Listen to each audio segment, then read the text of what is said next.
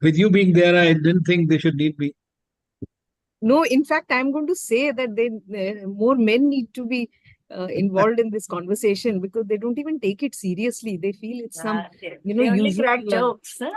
Yeah, they Old think boys that only crack jokes. That's what so many women ambassadors have told me they don't want to be quoted. So but they have told me. no, nobody takes it seriously. They feel कि, along with discussion on sari blouse, ये और भी कुछ ऐसा ही कुछ है फालतू का. So Okay.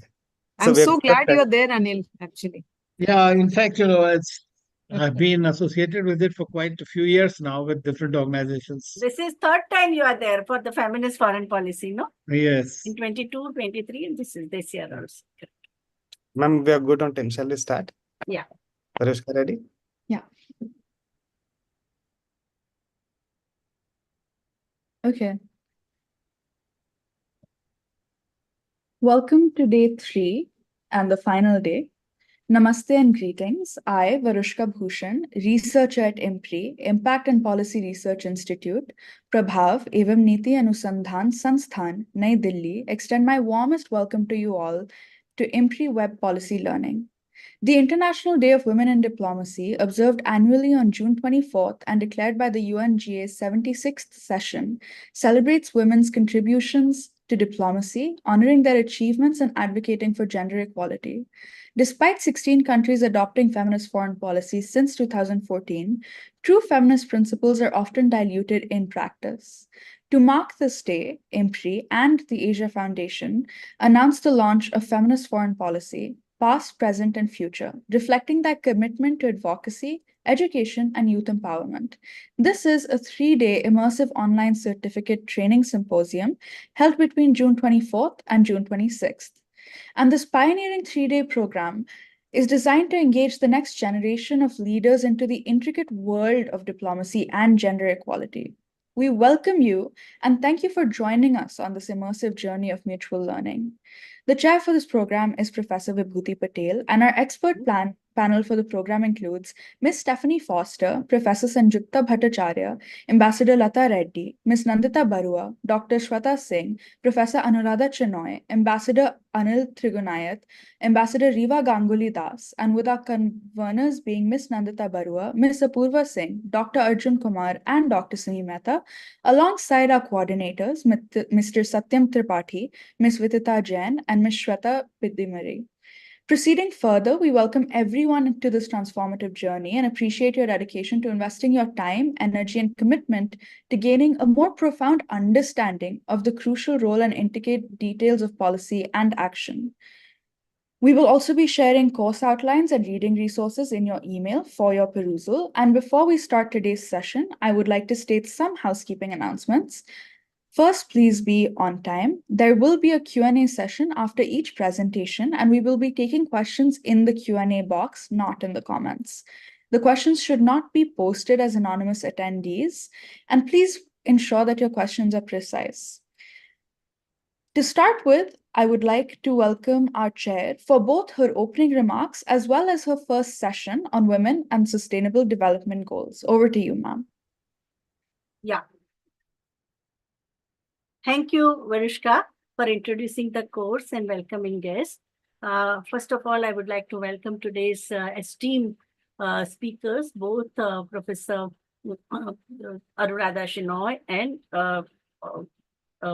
also our today's resource persons, Ambassador Riva Ganguly Das and Ambassador Anil Trigunayat. First of all, we would like to congratulate IMPRI team and the Asia Foundation team for organizing this 3-day international online symposium on a very, very interesting topic of and also which has generated tremendous intellectual curiosity among the younger generation that shows from the level of participation we have had over last 2 days and even today. So in last 2 days, 6 speakers, they spoke, like Stephanie Foster. She spoke, gave the basic understanding of feminist foreign policy. She also introduced her book, which is a primer on feminist foreign policy. Professor Sanjukta Bhattacharya. She also introduced the origin and the trajectory of the feminist foreign policy and its relationship with the international women's rights movement. And Ambassador Lata Reddy, she shared her personal experiences of 36 years as a diplomat in the area of women, peace, and security. Yesterday, on day two, we had a Ms. Nandita Baruah, who spoke on the basis of her experiences in the Asian countries on the feminist foreign policy and the post-colonial discourses around women's role in diplomacy and trade relations, whether it is a feminist trade policy, feminist development policy, and feminist foreign policy, and some of the evolving issues because of the new developments and quite disturbing developments in geopolitics.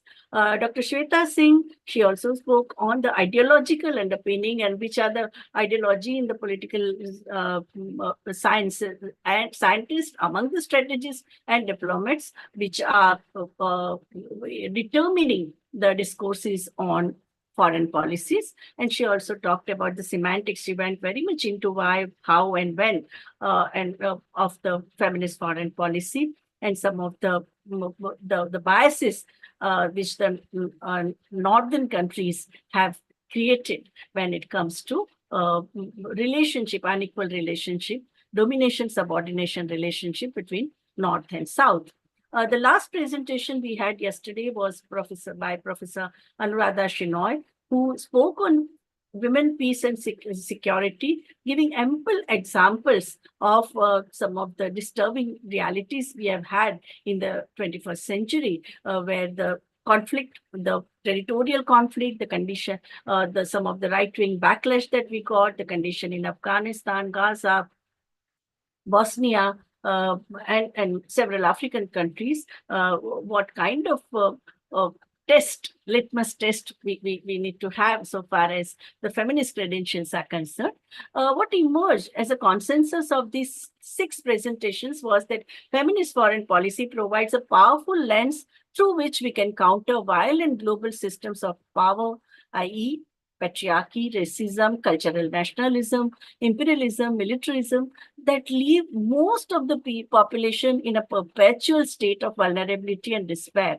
This is because international relations have largely been a deeply masculine field with a relative paucity of women international relation theorists and practitioners. Feminist foreign policy is of the nation state that defines its interactions with other nation states and the movements in a manner that prioritizes gender equality, enshrines human rights of women and other historically marginalized groups, and which allocates significant resources to achieve that vision and seeks through its implementation to disrupt patriarchal and male-dominated power structures across all its levers of influence, such as development assistance, trade, defense, diplomacy, and which is informed by voices of feminist activists, civil society groups, and social movements. This means a foreign policy that is not only by women or for women, but it goes further,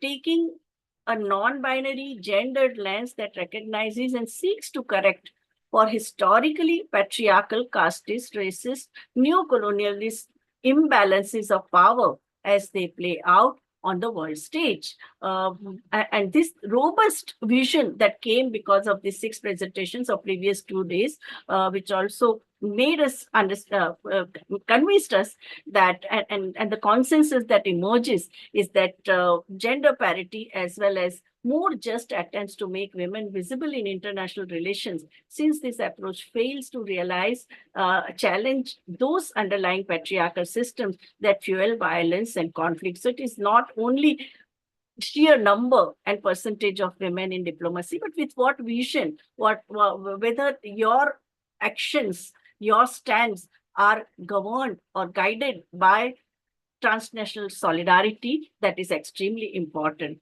So it is the level of influence that women can assert on the process that makes a difference, not merely their head count. So I think I think I'll start my presentation of today, which is on Sustainable Development Goal, which has been the consensus of 199 countries have agreed to promote these goals and come up with the targeted intervention. And it got more momentum and more visibility in the post-pandemic world, where the break the bias became a major slogan, and so many achievements of the 19th and 20th century that we have had got reversed as a result of this pandemic. So okay,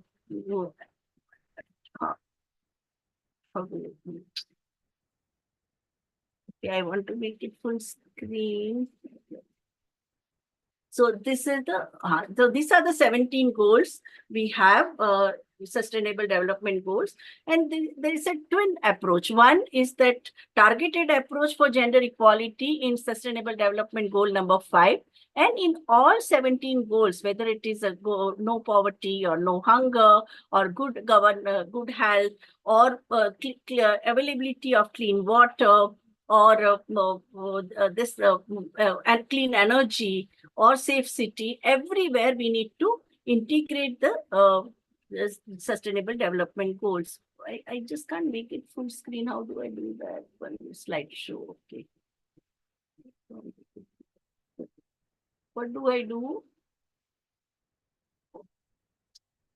Hello? Yeah. It's Okay, working now. Got it. Yeah.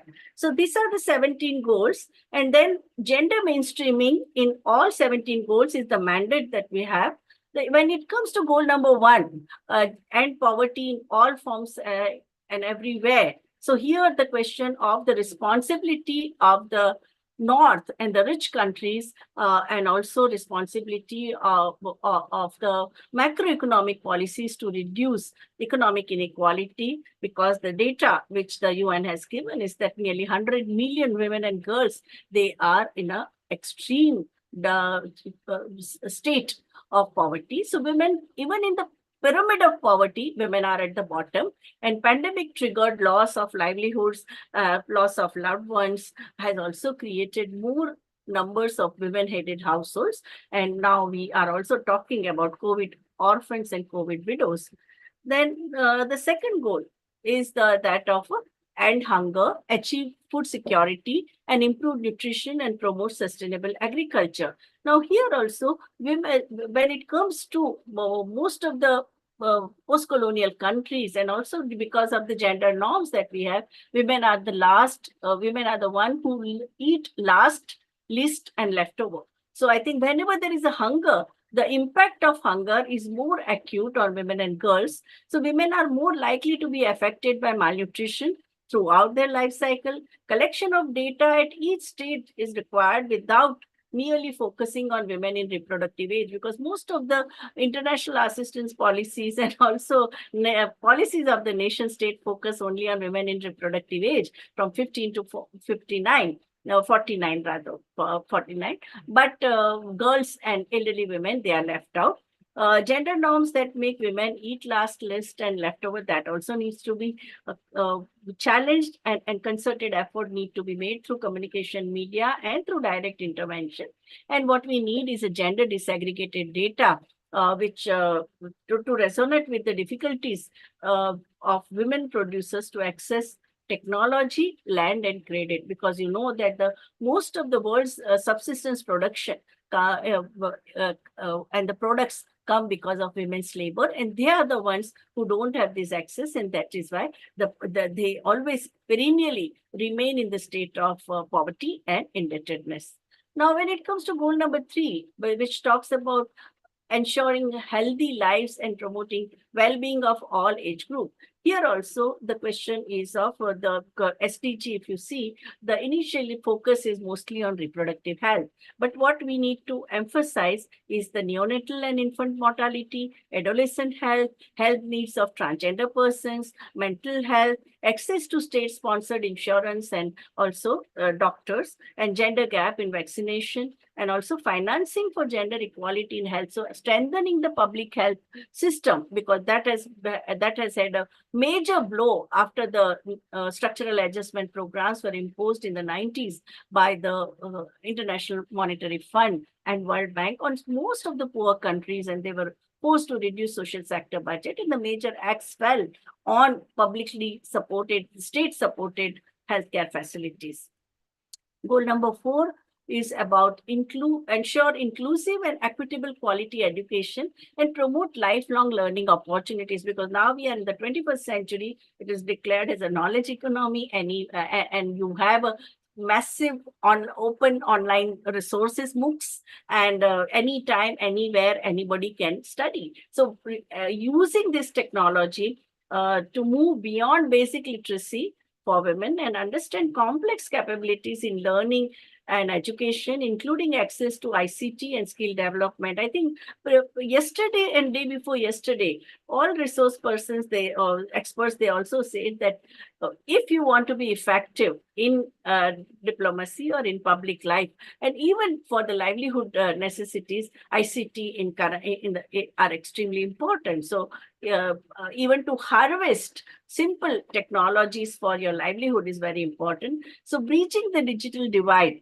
is important. Vocational education and gender responsive budgeting in education has to increase, because if you see the chart, even globally, there is a massive dropout from the primary, secondary, and even higher secondary level in the post-pandemic period. It was nation states are now trying to correct the situation, but whatever we achieved due to social reform movement of the 19th century, so many Asian countries had massive drive for education, but the pandemic, it also took the wheels of history in a backward direction. So now concerted efforts have been made to see to it that all those who have been forced out, I won't call it dropped out, but those have been forced out because of economic circumstances or absence of digital connectivity, they need to be brought back to the educational institution and educational opportunities.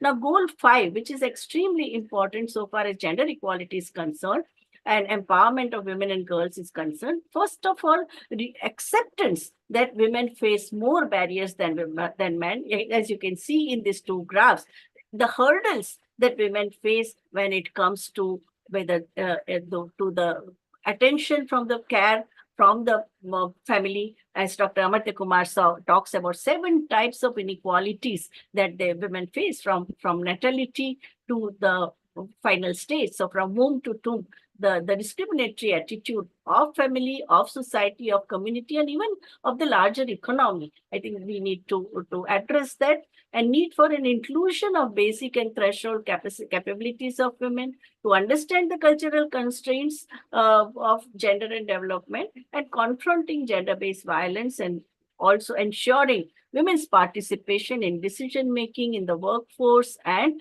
in the larger political processes. Goal number 6 is about ensuring availability and sustainable management of water and sanitation. In fact, the UN has declared that the third world war will be around water. There are so many water disputes between the nation states. There are water within the between the subnational between the states. Within the state also, certain areas, and especially the urban areas, they corner all the water. So women's access to clean water and sanitation needs gender segregated attention, since girls and women bear larger burden of ensuring access to water for household. If we liberate women from running around for water, they can allocate that time for their education. In fact, Indira Rajaraman study shows that 6.2 years of average poor Indian woman or girl's life goes in fetching water. Currently, several parts of our country are facing tremendous water scarcity. There are several cultural and religious barriers for women to access sanitation, especially menstrual hygiene and also postpartum access. That also needs now increasingly civil society organizations and the state are focusing attention on it. And when it comes to country like in South Asia, even the caste-based exclusion is also very important reality. And it is not only in India, it is there in Bangladesh, it is there in Pakistan, it is there in Nepal also. Goal number 7 is about ensure access to affordable, reliable, sustainable, and modern energy form.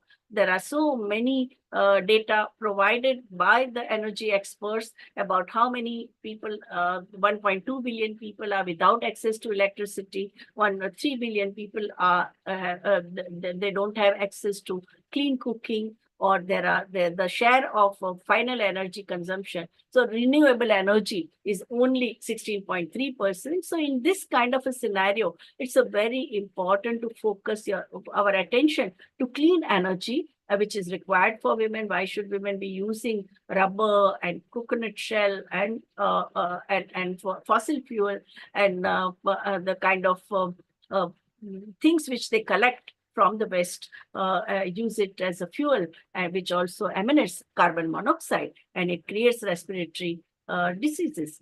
So ensure access to affordable, dependable, reliable, sustainable, and modern energy. And efforts need to be deployed to improve access to energy services, focusing on renewable energies and reducing energy waste across all sectors and populations. Goal number 8 is about making the economic growth of nation state like sustainable, inclusive, and very sustained for a long term. There should not be volatility in the economic growth trajectory. Productive employment and decent work are extremely important. ILO in 2019 gave the covenant of decent work, which is a right-based approach, right to work, social dialogue on the labor processes and labor relations, social protection and social security for the working class, and employment creation. So economic productivity, supporting entrepreneurship, innovation, and decreasing environmental degradation through more sustained production and consumption. They are very important concerns. And the access to remunerated employment is also very important for, and especially women who get married or who have children, or people or transgender people, they are left out and they are not given this opportunity. So concerted effort need to be made in this direction. And also we need is gender disaggregated data at multiple life cycle states. So age-wise data for a young person's middle-aged and their requirement of employment, whether it's a full-time or part-time or flexi-time, and address the issues like wage gap, because that now, if that is a problem. Like this year's Nobel Prize, Madam Professor Goldin got, is also about the wage gap, which is there in the macroeconomy. Over last 200 years, she has studied the wage gap in different countries, and every country, it is not only the problem of poor countries, but everywhere, even in the industrialized countries, wage gap, gender-based wage gap is extremely high. So we need to, the women's access and the use of formal financial instrument is also very important. The banking, why should women always just be stuck in microfinance? Why macroeconomy is totally controlled by the patriarchal interests. Formalization of informal sector registration is very important of the workers. That's what ILO has said. And after the major migration crisis, we had reverse migration during the pandemic, where government did not even have data of how many people were in the city, how many left the city, how many came back to the city. So Labor Ministry started 4 major studies, and globally also migration has now become a very important. So migration is happening due to disaster, due to wars, due to economic downturn, and there is a very important need to understand what the gendered implication of migration. Goal 9 is about build resilient infrastructure, promote inclusive and sustainable industrialization, and foster innovation. So R&D becomes very important. And you know that now all the higher education institutions and think tanks are focusing on ideation, innovation, and research. R&D has become a very important this thing. When it comes to rich countries, their budgetary allocation for research is very, very high, which is like one multinational company's budget for research and development is equivalent to that of a one nation state. So I think that is the level of gap. So we need to create our own intellectual property for the national, for the economic development as well as human development. Goal 10 is about reduction of inequality within and among countries, and the important areas like human rights violation, access to social protection, gender, migration, remittance, and the remittances of the migrant people.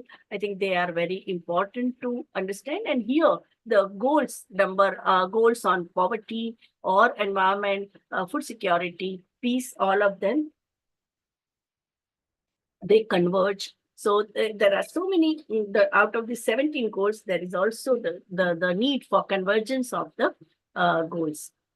Goal 11 talks about make the cities and human settlement inclusive, safe, resilient, and sustainable. So it is not only the question of smart city with so many technologies and flyovers and surveillance cameras, but what we need is a human development, investment in safe housing and sanitation and water supply, affordable transport, and the infrastructure of educational institutions and healthcare facilities. Goal 12 is about ensuring sustainable consumption and production pattern. I think right from the school education to environmental groups and civil society organizations have become conscious about sustainable consumption, whether it is a use of overconsumption or hedonism or consumerist culture. We need to combat that. And I think also the use of plastic, use of reusable. So reusable material in production, in manufacturing sector and in consumption become very important.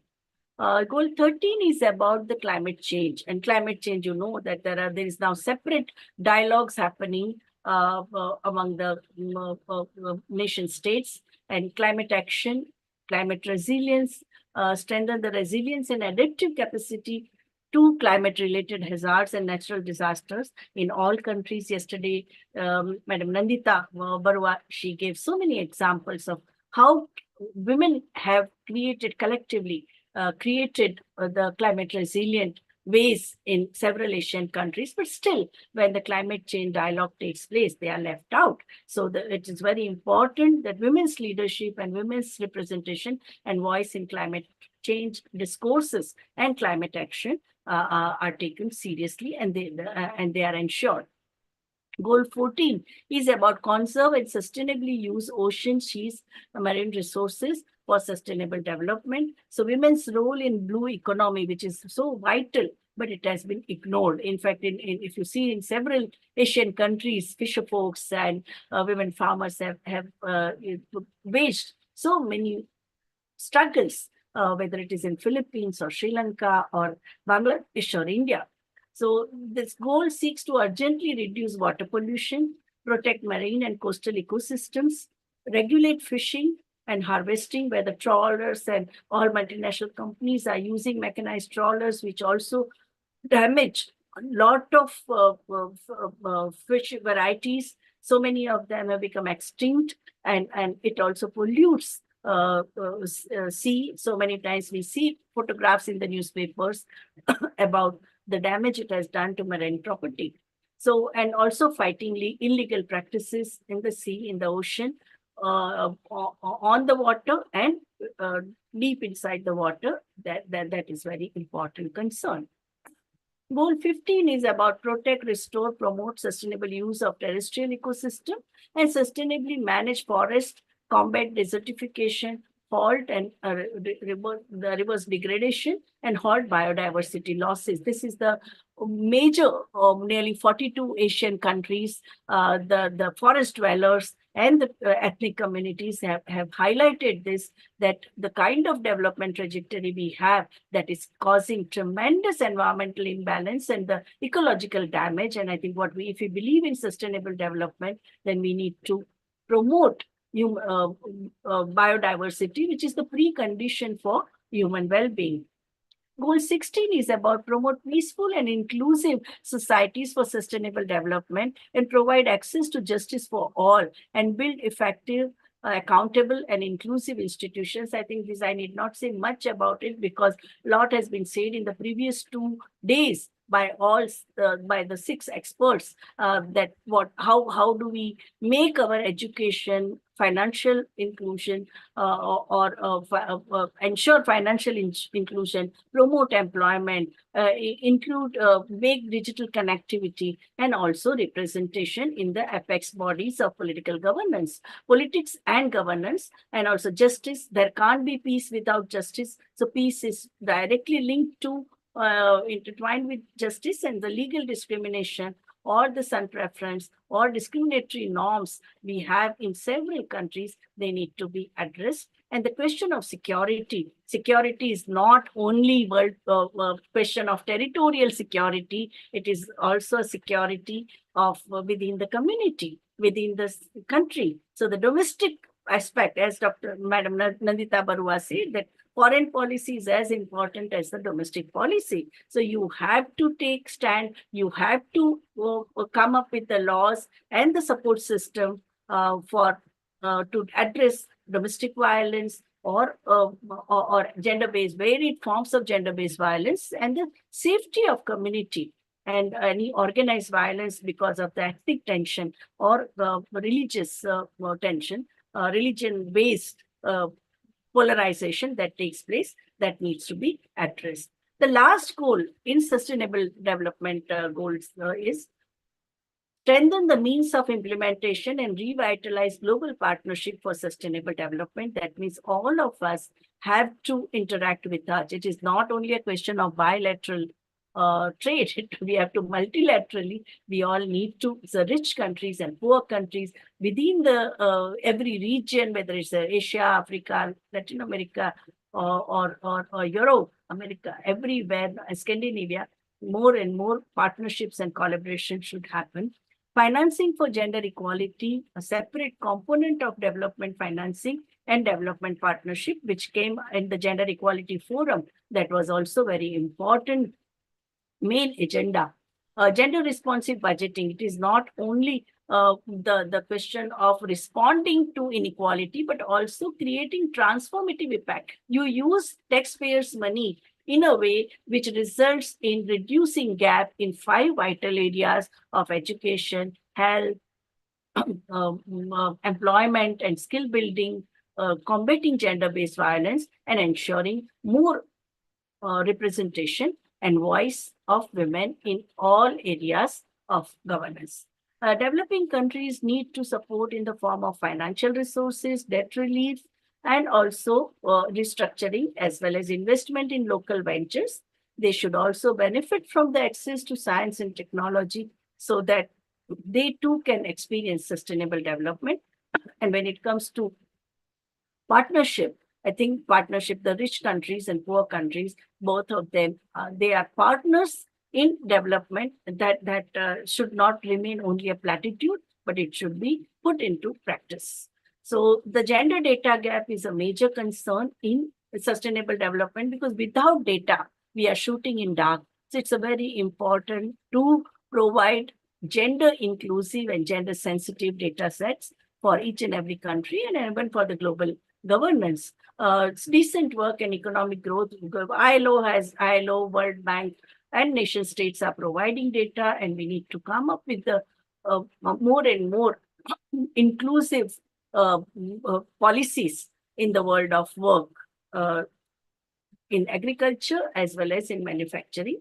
The role of nation states in bridging the gender gap, it is not only the duty of the state or the civil society, but even the employers, the corporates, they also need to be socially responsible and they need to allocate their funds under corporate social responsibility to attain sustainable development goals.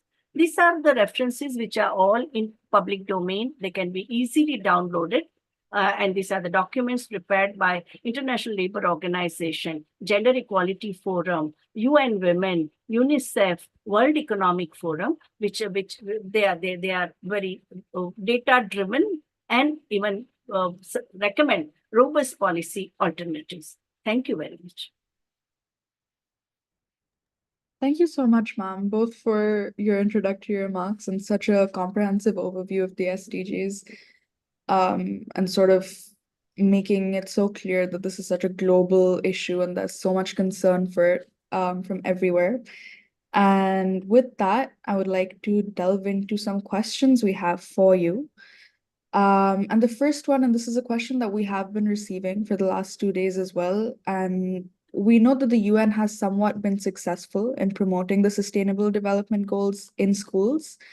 Where do you think concepts and conversations about feminist foreign policy can be included in education? Yeah. Both at a school level and both when we talk about higher education as well. Correct.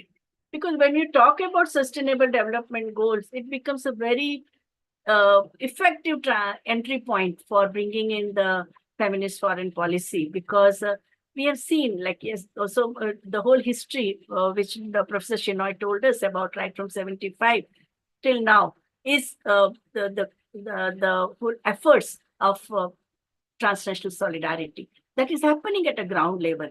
So why not to include it in the classroom discussions? And if we do it at a very young level, because I remember when we were small, we used to every day take a pledge before the school started, no, in the assembly, that I am an Indian, all Indians are my brothers and sisters. Like, so if this kind of a mindset of that we are the citizens of this planet comes, it will solve so many problems of the sectarian way of looking at the world, or looking at people on the basis of difference rather than bringing in the commonality. So I think bringing issue of feminist foreign policy, its salient features, because India, and there are many Asian countries, they say we won't use that term. Okay, they want to use gender equality. So gender equality policy that can be brought in at a school level. And like refresher course, university and MHRD, they have started. Ministry of Education has started it at a higher education level, but it should be incorporated in the school education. And textbook writers workshops, when they take, that should be one session on this also. Yeah. Okay, thank you so much. And another question is, how do the Sustainable Development Goals, for example, when we talk about sustainable consumption and production, tie into feminist foreign policy and foreign policy goals? Yeah. I think first thing is that no wastage, because there are so many rich countries earlier, like they used to destroy food. Okay, they would, in Japan, when they had a quote unquote surplus rice, okay, they would throw it in the sea. But now with this new consciousness of first of all environmental, that you are polluting the sea by throwing your rice in that, no? So that is the one aspect. Second aspect is that people are hungry. There are so many people in African countries where there is a food shortage. Why always talk about trade? Why not talk about aid also, no, support? So even France came up with a directive that no restaurant can destroy food. If you have leftover food, then it should be given to the community kitchens, which are there for the people to eat. So I think some of the practices which some of the nation states have come up, or the Egypt, where pita bread is distributed, it is there for free. Or several after Millennium Development Goals, so many African countries started community kitchens. Nobody would ask for Aadhaar card. Nobody would ask for any identity. You just enter the community kitchen, you get your soup and bread. So these are the kind of efforts, and it is doable. And they showed that it is doable. Hunger in Africa was addressed with such concerted effort, where the industry, community, nation states, and development assistance played very important role in dealing with hunger. In fact, so many international organizations to address hunger, they also got established. So with collaborative effort, yes, it is possible to do. Okay. Thank you so much, ma'am, for being such an eloquent chair and also such an eloquent speaker. Usually I would, of course, ask you for your remarks, but it is you who has presented. And so with that, I would like to move on to our next session. I'm honored to invite Ambassador Anil Trigunayat, a retired IFS officer, former Indian ambassador to Jordan, Libya, and Malta. Alongside that, a distinguished fellow and head of the West Asia Experts Group at Vivekananda International Foundation, and a visiting distinguished fellow at IMPRI, for his speech on feminist foreign policy amidst contemporary geopolitical turmoil. We welcome you, sir. The floor is all yours. Thank you, Vrishka. Thank you so much for the introduction and for inviting me to this extremely important discussion whose time has come. I think that there has been a lot of discussion, a lot of talk for years together about the gender sensitive foreign policy, or as they call it, feminist foreign policy. Now it's almost 10 years, and I have served in Stockholm also, Sweden, so I've seen it from the there itself. Many other countries, as was mentioned, have come up with some kind of policies. But I was just reading a small statistics, which is really eye-opening for everyone, and that was at the World Economic Forum in 2023 at the Davos, and it says that the study revealed that it will take about 155 years to reach gender parity in the political empowerment sub-index. And the pre-pandemic value for this 55 years was about 100 years. And post-pandemic, it went up to roughly about 132 years. Now, that's a very, very disparaging situation. And it's totally unacceptable in my view. And as Professor had just earlier, in a very big, very, very sumptuous and strong presentation, brought out nearly every single aspect, quoting those 17 SDGs. What one has read in these current ongoing conflicts that are taking place, starting with or rather you can say that 3 black swan events. Firstly was the pandemic, and the second one was the Russia-Ukraine war, which is continuing, and the third one is the Israel-Hamas war. In all these 3, what we have witnessed is the first one has taught us what is very much germane, essentially to the problems that the gender discrimination faces, and the women and children become the biggest casualties in that. And that is, for example, in the pandemic. What did the pandemic eventually focus? It affected everybody. We all know that. So I look at it that it focused on 4H, which are also very much part of these SDGs. But what are the 4H? The 4H is number one is hunger that impacted everyone globally. And then you have health, which was a very major issue for everyone. And then you have habitat, climate, which is impacting everyone. And then lastly, you need technology, that is high tech. So these 4 things are impacting everywhere. And various studies indicate, and as Professor Patel mentioned, that what is required and how it is to be done, that the SDGs have actually gone into the back burner. Nobody is bothered about it. Many countries in the global south don't have the means to deal with them. And then simultaneously, while this was going on, the impact was being still alleviated to a little bit extent and countries could move. You have this Russia-Ukraine war. And this Russia-Ukraine war is essentially focusing, in my view, on 4Fs. You have all heard about the 3Fs, which generally talked about, and that is the weaponization of food, fuel, and fertilizer by the Russians. That has impacted the global south once again, or rather whole world in a way. Then you have, but the 4th F that we tend to forget. And that 4th F is weaponization of the financial instruments. All these are having a tremendous impact. Then comes on October 7th onwards, already almost 9 months, that we saw this Israel-Hamas war.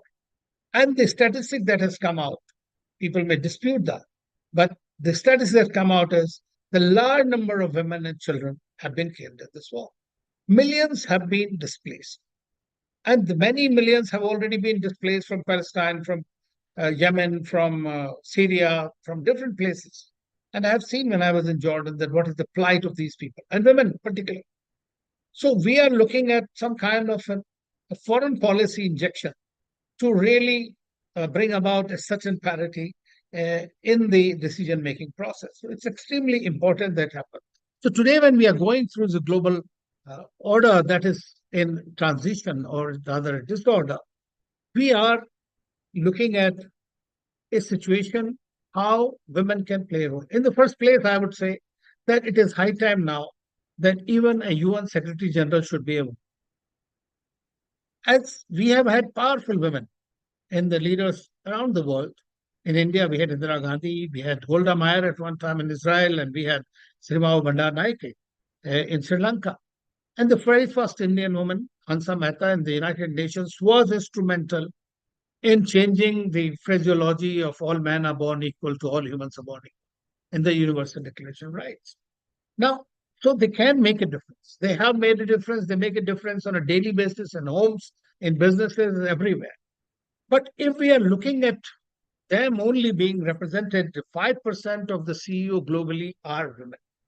So in the decision-making process, in India, we have been talking about this representation of women in the politics, in the parliament and legislative assembly to about 33%, even though a law was passed eventually after many years, though none of the political parties appear to be very serious about it. But it has happened. But look at what has happened today. You have barely about 14% of the people, women who have come into this. So the thing is, the attitudes have yet to change. When they are in position of power, they should be able to do so in that. Now, mainstreaming, it is often agreed, of gender in foreign policy can have a global and regional impact, and of course on the country itself. Now, how do you do the respond to the discrimination and the systematic subordination, which is still very much evident on a daily basis as far as the working places are concerned? Now, we have to also create a stronger and wider network. I'm sure it has been talked about that how to do gender equality. Professor Patel has also given a lot of solutions to this. But the implementation of the solution remains a very major challenge.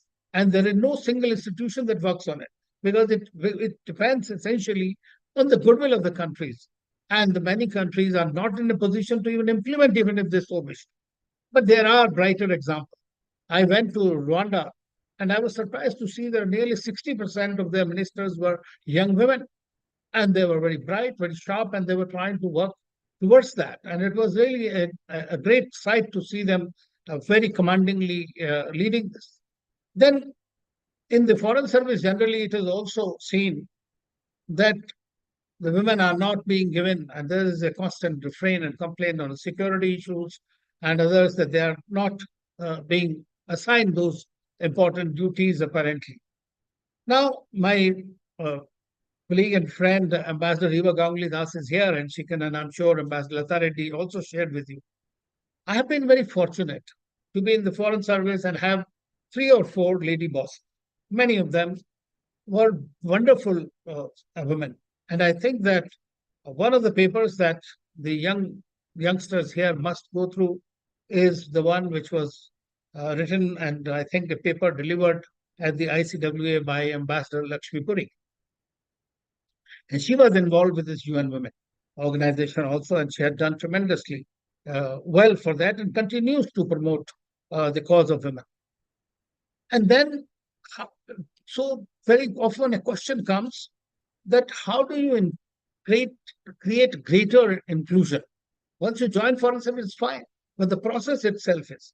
And I often go to many of these interviews for the civil services, and when you see these aspirants, the majority of them don't even prefer the Foreign Service.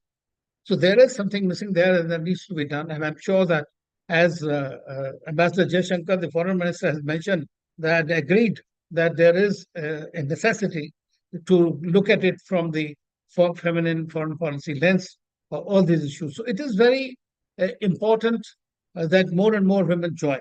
But I was very happy to see some of the statistics because in our time there used to be very few women who were in service. And you all know, I'm sure somebody would have quoted the case of the first woman Foreign Service officer, Ambassador Musamma, and the kind of problems that she went through it. But today I was reading, and in 2014, the DOPT data mentioned that there were about 31% women Foreign Service officers who joined. And then 2024, the figures have gone up to 40%, 23, 24, it's about 40%. That is quite an, I would say, an encouraging sign that there are as many number of women who are there. And I go sometimes to the Foreign Service Institute and interact with them. And I see that they have done tremendously well.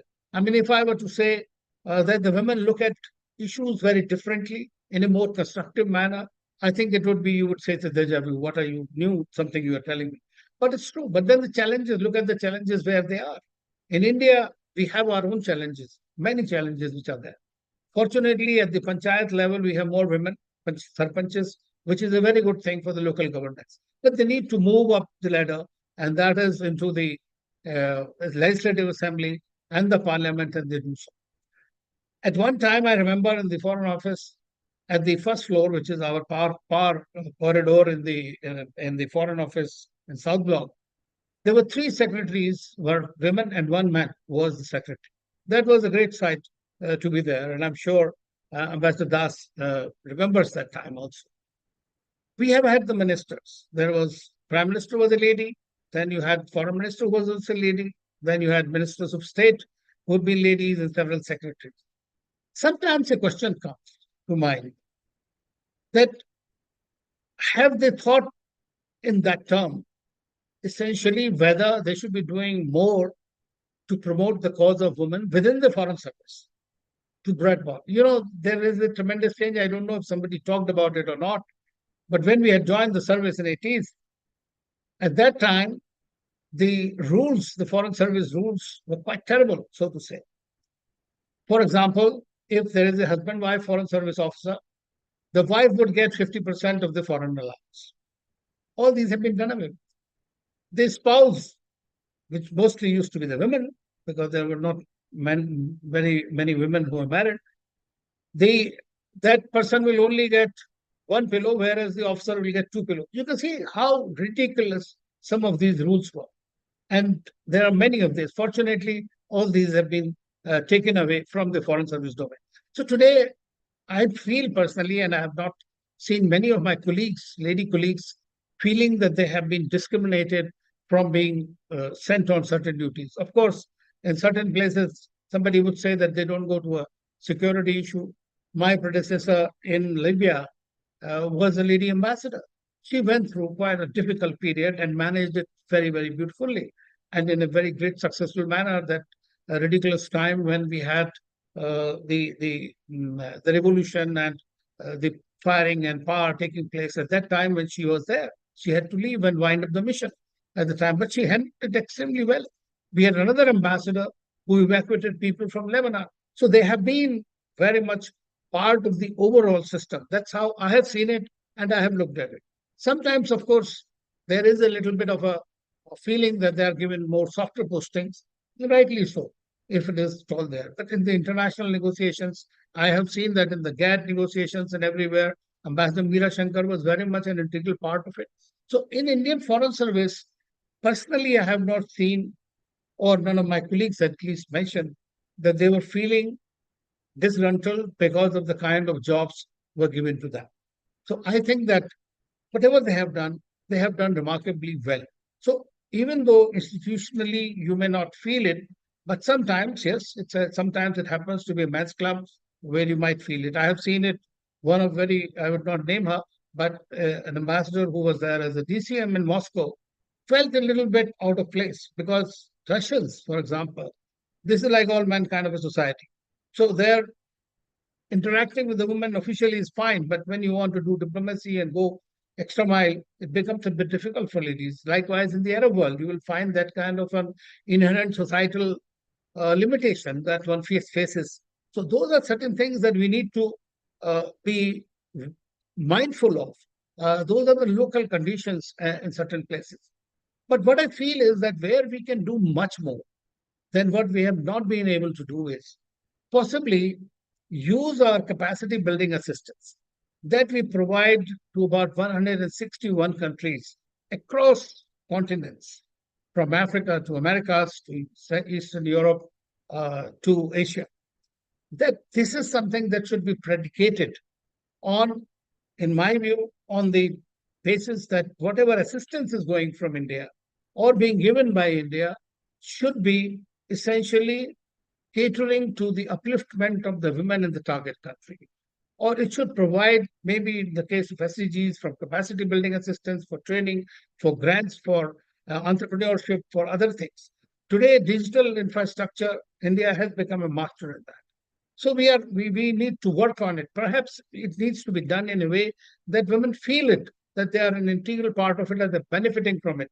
Because it has been often said that if you teach a man, you teach an individual. If you teach a woman, you educate the whole family. So I think that that is something that has a ripple effect and will go around all over. So that is something that should be done. But on the other hand, now in this 21st century, in our neighborhood, what is happening in Afghanistan, everybody knows that the women are, once again, the Taliban's whatever philosophy, if they call it one, is to subjugate the women, not even let them educate. Then on the other side, you have hijab controversy in Iran. So these are also certain things that are creating a major problem for a mass of women folk, and that needs to be somehow addressed internationally.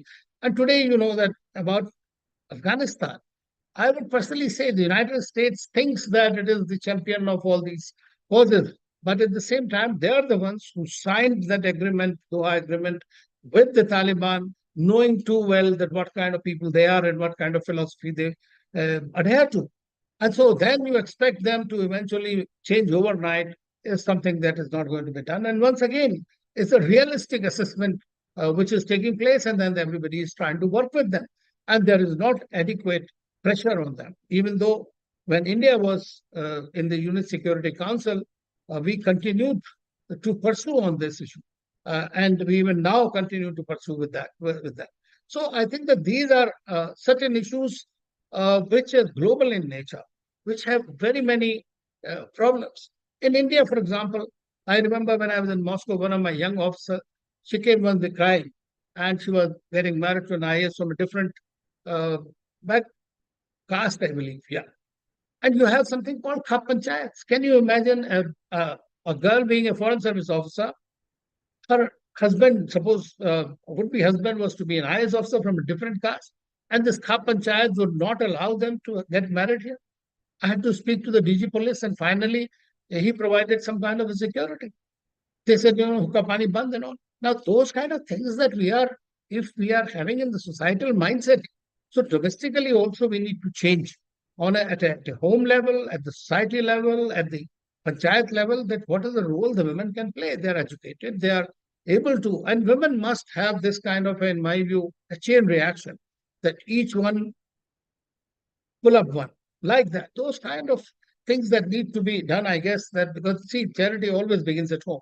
So it would need to be done at that level, and it should be done. And I know from my house, and I have two women in my house, my daughter and my wife, and both of them are the rulers of the house. So I think that is something that needs to be inculcated. Then only we can't let the 50% of the population lag behind and then expect a country to become a Viksit Bharat or whatever it is. So it is also very important that the women get their kind of thing. In the foreign service, there are possibilities, there are chances, and I'm happy to see, I was just looking for the statistics. It was not bad.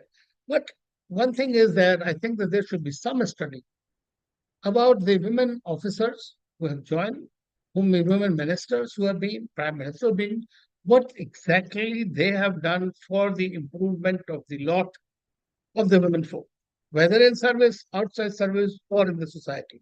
I think that would provide a very good thing. And today, happily, we have even the air attaches, for example, are being posted in our diplomatic mission. One Wing Commander Anjali Singh in Moscow, she went there as deputy air attaché, which is a very good thing. They are going everywhere. They have done what men could not have done earlier.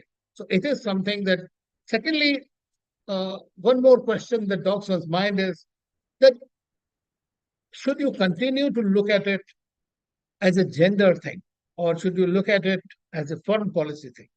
Now, that is something that needs to be, I think, a general evolution of consensus within the Foreign Office needs to happen. And that's very, very important in my view. So I think I would stop at this point, and I would say that any questions, I'll be very happy to answer, because this is something that requires a whole of nation approach. It is not something that can be only assigned to a foreign ministry or an XYZ commerce ministry or industry ministry or something like that. It has to be an across the board and must be, in my view, a little more agile in decision making and let the women do what they want to. I always say that there was something that old saying in Upanishads that Ramante tatra devta yatra narastu pujante. The gods only live there where the women are worshipped. Don't worship them, let them be what they want to be. And that is what I guess is the most important thing. Thank you once again. Thank you, sir, for engaging with us in a way that was both informative and incredibly anecdotal, and allowed us to sort of delve into your experiences. And we will be taking questions, but before that, I would like to invite our chair for her remarks. Thank you, Ambassador Anil Trigunayat. This is third time I'm listening to you. I think your commitment to feminist advancement is very important. And you said three important things. One is that increasing participation of women, not only in diplomacy, but in all sectors of society, it's very important. Second, there is a relationship between the overall attitude towards women in the society, in the nation state, which gets reflected in the women's role in the public positions and also diplomacy. And third one you said is a capacity building. Now, at this level, what kind of capacity building work? What should be the course content of such capacity building, where more and more women feel confident that complex issues of 21st century global governance, they can feel confident that they can easily navigate those challenging positions. No? And who can do it? Should it happen at a subnational level, at a national level, at a regional level? UN should take lead. Madam, there are a multiplicity of organizations, a plethora of organizations. But what I was referring to is from India's point of view, because India provides capacity building assistance to 161 countries under the Indian Technical and Economic Cooperation Program. Now, I'm a votary of this idea that we should, whenever we are providing assistance to A, B, C country, it should be properly dealt with. The projects where women are going to be empowered must be given preference over other projects. And in that, of course, the implementation is generally done by the local governments or the local organizations. You know, there are many projects which we listen to, which have very multiplier impact in the society. So that brings about entrepreneurship among the women, the digitization, when they are doing management and several other areas where the training is there.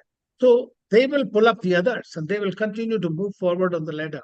So this is something that we need to do. Let's say 60% of our total capacity building assistance, which runs into billions of dollars, would be catered to. If we expect UN or anybody else, UN depends on other countries. It doesn't have anything on its own. The other countries can spend billions, hundreds of billions of dollars on a war in the Russia-Ukraine war, but they will not give $100 billion for the climate fund. So this is something that we are seeing now. So I think that we, from our side, instead of telling others what to do, we could perhaps do it ourselves. So I think mainstreaming of gender concerns at every level, no? Yes. Right from recruitment to expertise to curriculum to imparting knowledge and also development assistance. It has to be inbuilt. Very, very important. Thank you, sir. Thank you. For the first question, also I know you and Ms. Riva were talking about this before, and I will have to point out that you are our first and only male panelist on this session. The question is, what role does a man have in framing feminist policy? How does a male policy framer, while making a frame for feminist policy, make sure that the voices of women and members of other marginalized communities are not getting appropriated by his own subjecthood? And what tools can said male policymaker use to avoid this misappropriation? Well, there are two things in this. One is the policy making. Now, the foreign policy, as you know, may be a reflection of the domestic policy of the country, but it is essentially aimed at an external environment. Now, who, so that's the one thing. That is framed by, let's say, the Prime Minister or the government of the day. That what kind of foreign policy we are going to pursue with which country when we are talking about neighborhood first policy. That means we are giving priority on a non-reciprocal terms to our neighbors. We are providing them assistance. Now that assistance could play the role. Now the role in that is that we have ambassadors, say to 19, 20 ambassadors who are there, lady ambassadors. But imagine the other officers. So I even once in one of the meetings I said that there could be two things that we could do. Number one is, if possible, I'm not very much in favor of quota system, but I would say for the women, for at least 10, 15 years, we must have a 50% quota in the foreign service. Let the women be taken into the foreign service. Then they will help develop the foreign policy, which is now moving in a very different direction, actually. We'll be dealing with the tech diplomacy henceforth. It will no longer be the classical form of diplomacy that will go on. So here, the women that now we have, let us say, as I got the statistics, about 40% of women are there. But that's a significant force. Firstly, they need to be together. I mean, there's nothing to worry about. I think there is, foreign ministry is one of the few ministries in the government where the free flow of ideas is very easy and very common, and that you are listened to. So it should come from there. What do you want? I mean, now today, there is no discrimination in your entitlements in the foreign service. That is a fact. And that I'm sure my colleague will also mention. It used to be the worst, which I quoted, but then today there is nothing like this. So if you are interested in doing something, you do. You know, we had the UN first representative, the Ruchira Kamboj, who just recently retired. She was the first woman PR, but the first woman president was there. We had in the beginning only, we had the first ambassador to Washington was Vijayalakshmi Pandit, and the Russia also then after Dr. Radhakrishnan, she went there. So we have had this, but I think that they need to get together and not think for once whether there is required, any change is required, or the kind of policy, because they have tremendous inputs. Apart from the ambassadors, the senior level officers who are there in the ministry, they can all decide on exactly what they think is good. In my view, I cannot tell what they should be doing. It's the tools they have in hand. Everybody is equal in the service today, and so you need to contribute and ask for what can be changed. I think group can be made out of those foreign service officers, and then they should put up a paper and give it to the minister to discuss with him. And he is open to the idea, and Prime Minister is very much open to the idea. So when लड़की बचाओ लड़की पढ़ाओ और ये सब चलेगा, तो उसको करने के लिए तो you need the participation of everyone in that. But I think that they need to take up the cudgel themselves. Okay, thank you so much. And there are a couple questions about, we sort of spoke about how women and children usually bear the brunt, especially in areas of conflict. What is the role, say, for example, in India, of foreign policy and feminist foreign policy when engaging with countries like Afghanistan, where you sort of spoke about the position of women, or in Israel, where we now know a lot of violence in the conflict is being done against women? What is the role of foreign policy then as a country?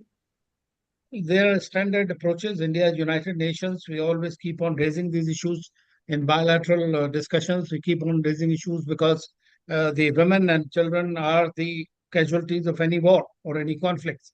They are the first one in the line of fire in many ways. And therefore, whether it is the governments there, secondly, India provides assistance for this purpose to these countries wherever possible. But today, even for Israel, Palestine, we send the humanitarian assistance.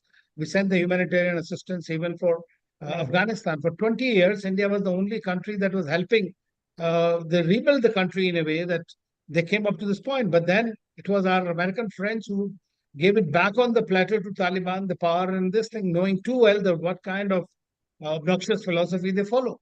So this is something that you can't do much about it at the time. But India does have a policy stand for the rights of the women, the crimes against women, and they are spoken at the highest forums everywhere where they're possible. And all assistance is rendered where it is required.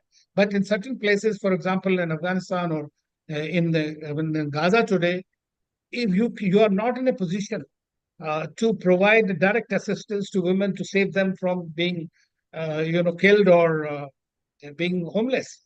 But once they become internally displaced or externally displaced, then you provide assistance. We are the ones when the US and others stopped funding to the UNRWA, for example, which provides all the assistance to the Palestinians.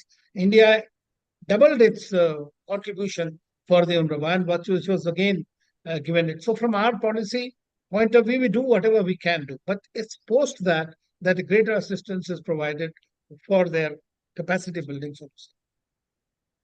Okay. Thank you so much, sir, for such an informative talk, but also such a personal perspective and quite a unique voice over this course. We really enjoyed and are really grateful that you took out the time to talk to us and advocated for something that you believe so strongly in. And we at IMPRI hope that you continue to engage with us and collaborate with us. And with that, I would like to move on to our valedictory session. And I'm honored to invite Ambassador Riva Ganguly Das, retired IFS officer, former Secretary East for the Ministry of External Affairs, and India High Commissioner to Bangladesh for a valedictory session, as I stated. We welcome you, ma'am. Thank you so much for joining us.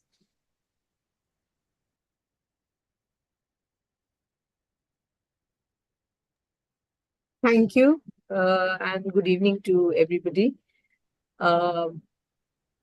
Let me first start by thanking IMPRI and particularly Professor Arjun Kumar for inviting me to this session.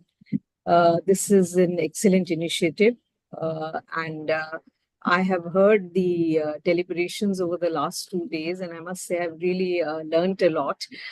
Being a practitioner, we are often not, we can't really keep track of what is happening in the scholarly world or in the academic world.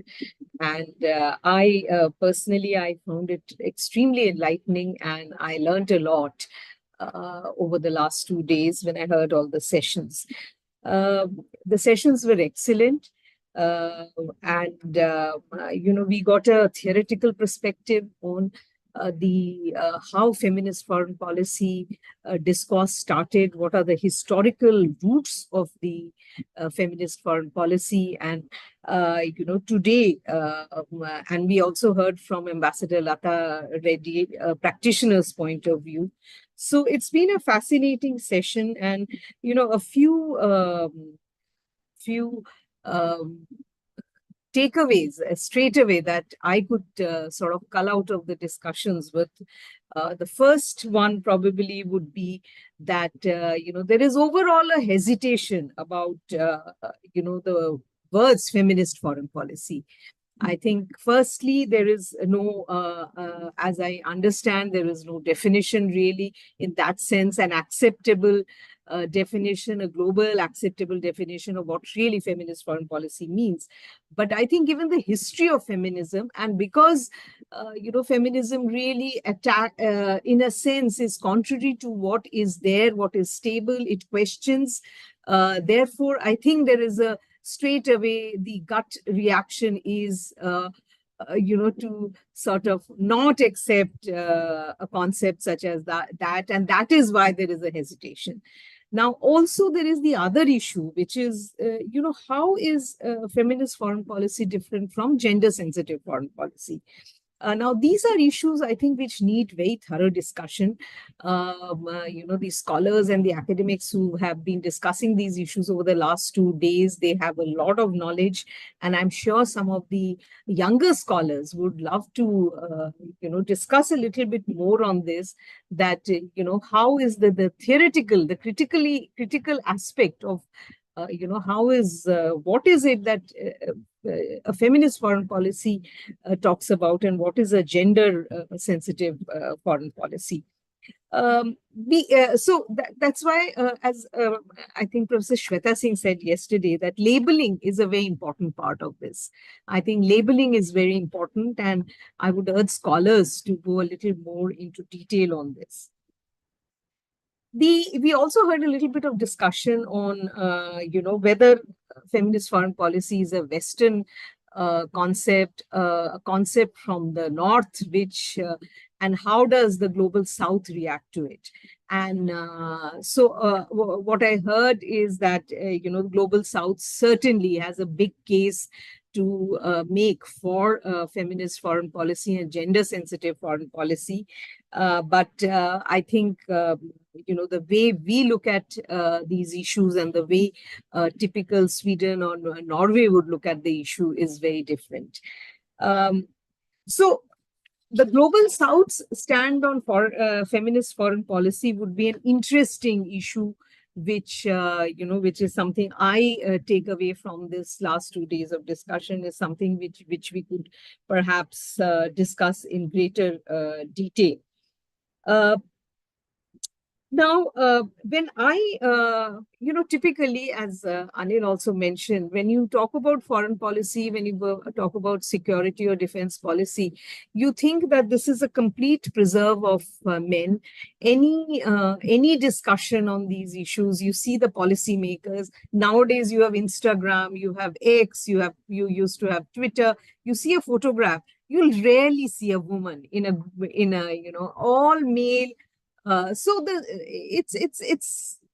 that's how it is. The realm of foreign policy somehow remains something that men decide, though they decide for both men and women. Women are, after all, 50% of the global population.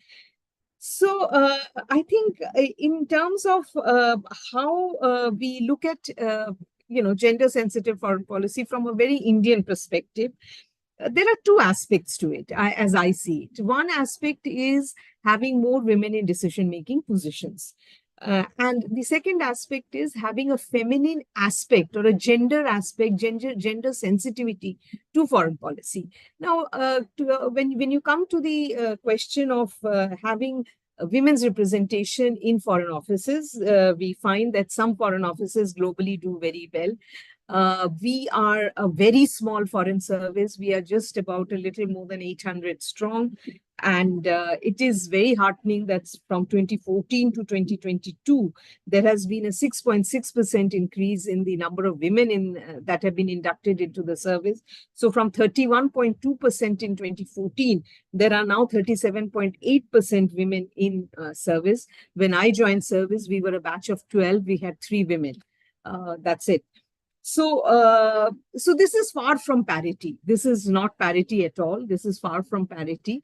And while the increase is something which should be happy about, we should also, there is a Ambassador Trigunayat mentioned about it, that, there are very few women who actually apply for the foreign service. There is a huge hesitation in applying for the foreign service because a lot of women feel that it is too hard, it is too challenging. And I have at many other public forums said that it is no more challenging than any other job. Any job that a woman does is challenging. Women have to take on so many responsibilities that whether you're a teacher, whether you're a professor, whether you're in the administrative services, you're in the revenue services or in the foreign service, the only additional challenge of foreign service is that you are moving from one country to another. But your training and your instincts as you grow in the job teach you how to deal with that. You may find yourself in a completely alien country with a kid or 2 kids and, with very little support. But you manage. I mean, I think, we all manage in these situations. So it is challenging, but I would, I know a lot of youngsters must be tuned into this session, that please do seriously look at the foreign service as a career option. Now, when you talk about foreign policy, besides the professional diplomat, like I was till I retired, there are also other stakeholders, which is, the scholars, academics who spend a lifetime on working on foreign policy. There are correspondents. Ambassador Retd mentioned about, how the bulk of, top foreign policy correspondents in India are actually women. It's very interesting. Then the think tank community. If you go to any think tank event, you will find that there are plenty of very smart young women who are, who have very, very professional. They are so they're so articulate in the way they talk. But there is, I think there is hardly any think tank which is headed by a woman. There is no representation of women in the, decision making of think tank community. So, so all taken together, if you look at all the stakeholders, the representation of women in this whole stakeholder ecosystem also has to increase. We,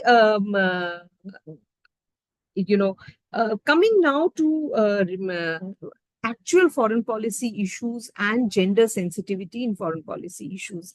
Now, there is, foreign policy of a country is determined at the end of the day, and to put it in very simple terms, by national interest.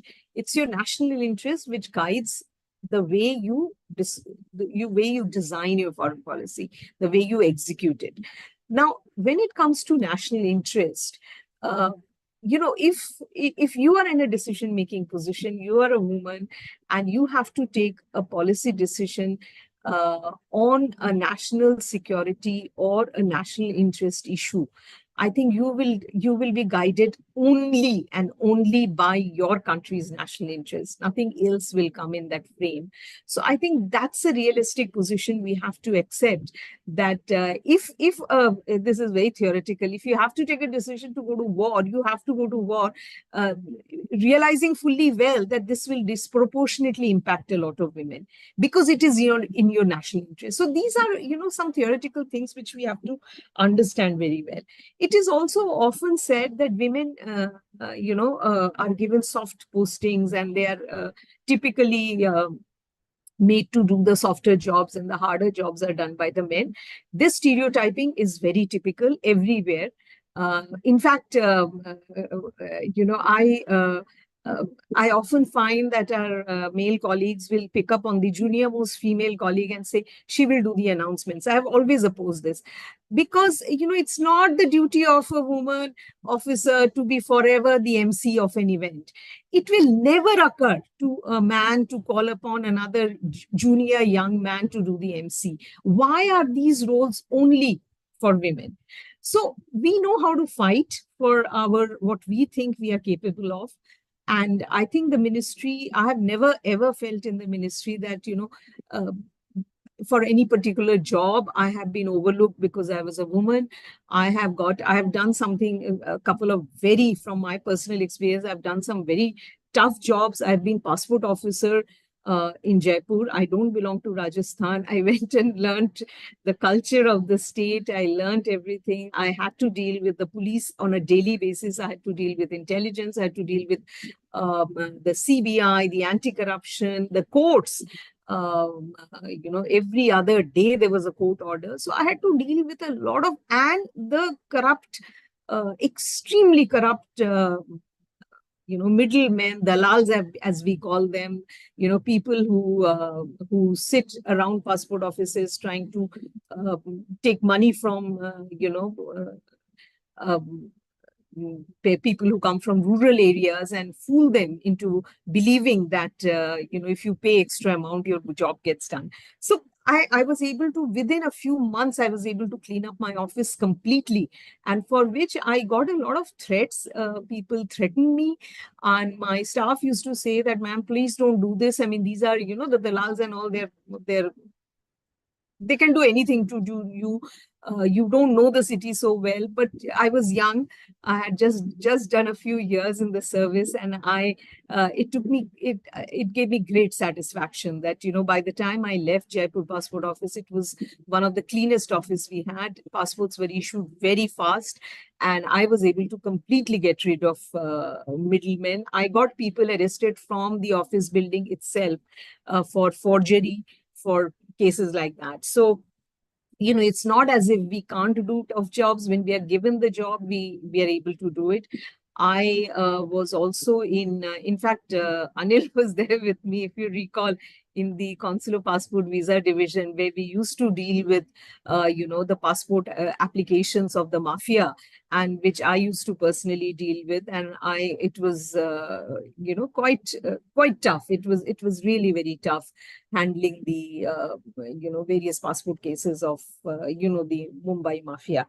Um, and when you do your postings, also you get challenges, the extreme challenges of evacuating Indians in case of difficult situations, getting Indians out of jail when they have been, put in jail for uh, wrong reasons. I've dealt with very challenging cases of Indians getting kidnapped in China, having to deal with a very obscure judicial system, which is not at all transparent.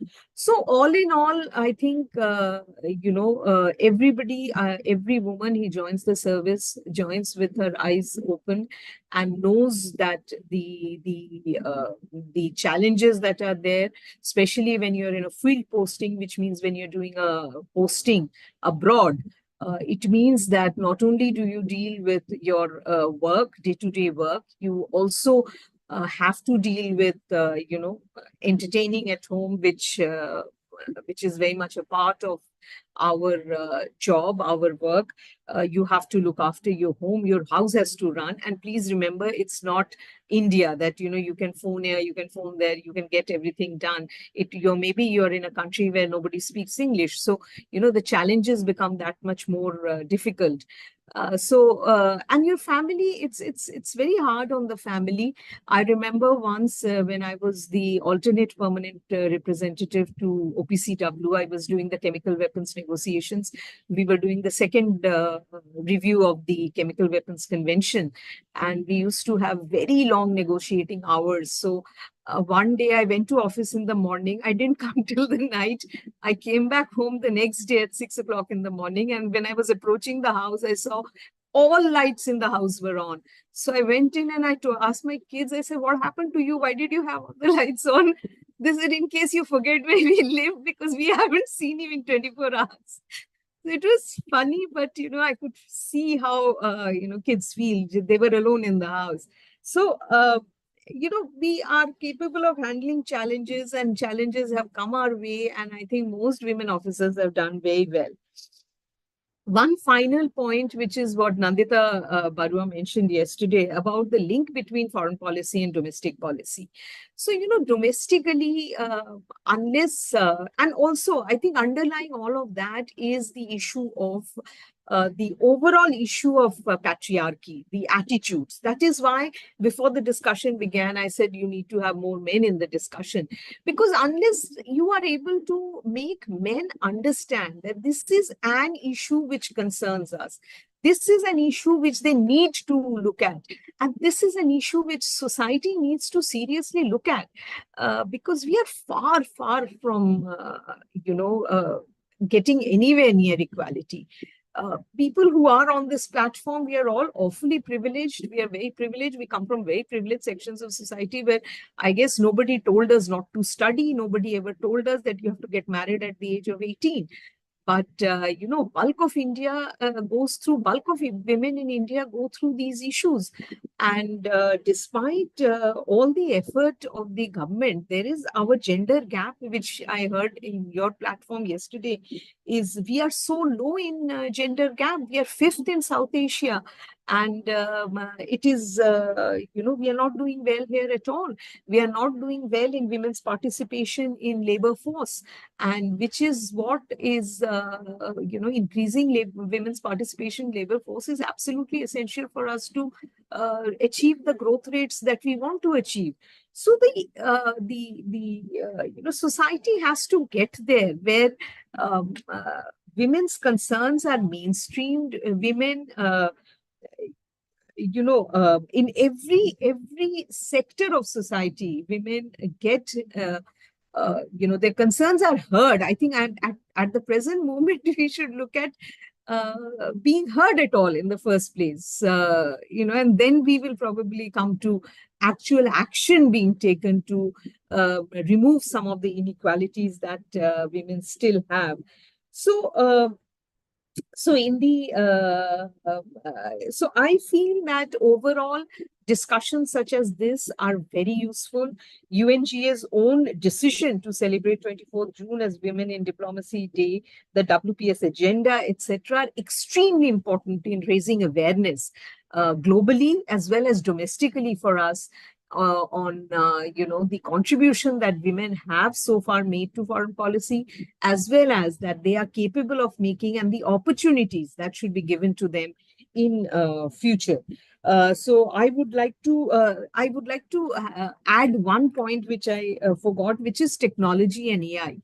Now, this is the new thing which is which we cannot avoid now. Artificial intelligence is part of our life and use of technology. So I think,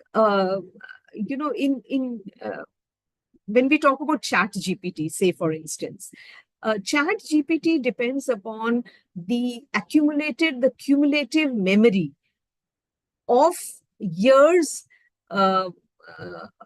in terms of for whatever you ask ChatGPT to do. But this cumulative memory is totally, is totally biased against women. It reflects a patriarchal mindset. So as far as artificial intelligence is concerned, I think women in policymaking positions as well as men in policymaking positions should be very aware and very, very conscious of what exactly we are in for and how does this impact women. Does it impact women adversely? I wouldn't say I'm an expert on any of this, but my little understanding tells me that we have to be very cautious, as I think, stereotyping of women, reinforcement of patriarchy is quite possible with more and more use of artificial intelligence, especially, programs like ChatGPT, etc. So finally, thank you, IMPRI, once again for giving me this opportunity and allowing me to share some of my thoughts as well as my experiences with this wonderful group of people. I know about 600 people have joined in and more are probably watching on YouTube. And thank you very much. And may this discussion continue. I think it's a very important discussion. And for us in India, I think it's more so because, they're cutting across sectors, as Professor Vibhuti Patel mentioned in her presentation today. We need to do a lot more work. Thank you so much. Thank you so much, ma'am, for such a wonderful overview of what we've been discussing and also such a nuanced perspective. The questions, I will be taking questions. They're open on the Q&A box, but before that, closing remarks by Professor Vibhuti Patel. Yeah, I think both the presentations today by Ambassador Anil Trigunayat and Ambassador Riva Ganguly Das give us a hope, and a lot of optimism is generated among the participants. One can see it in the response that we have received.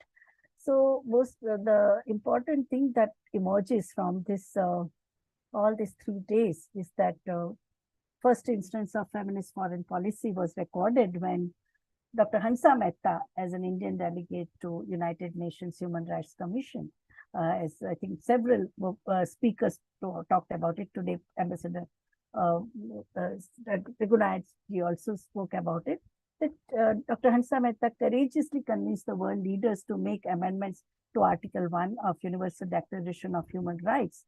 From all men are born free to and equal to all human beings are born free and equal. So we have a very glorious legacy of women diplomats and even men. The whole lessons of 19th century social reform movement show that how committed men have also contributed greatly, in fact, to the empowerment of women.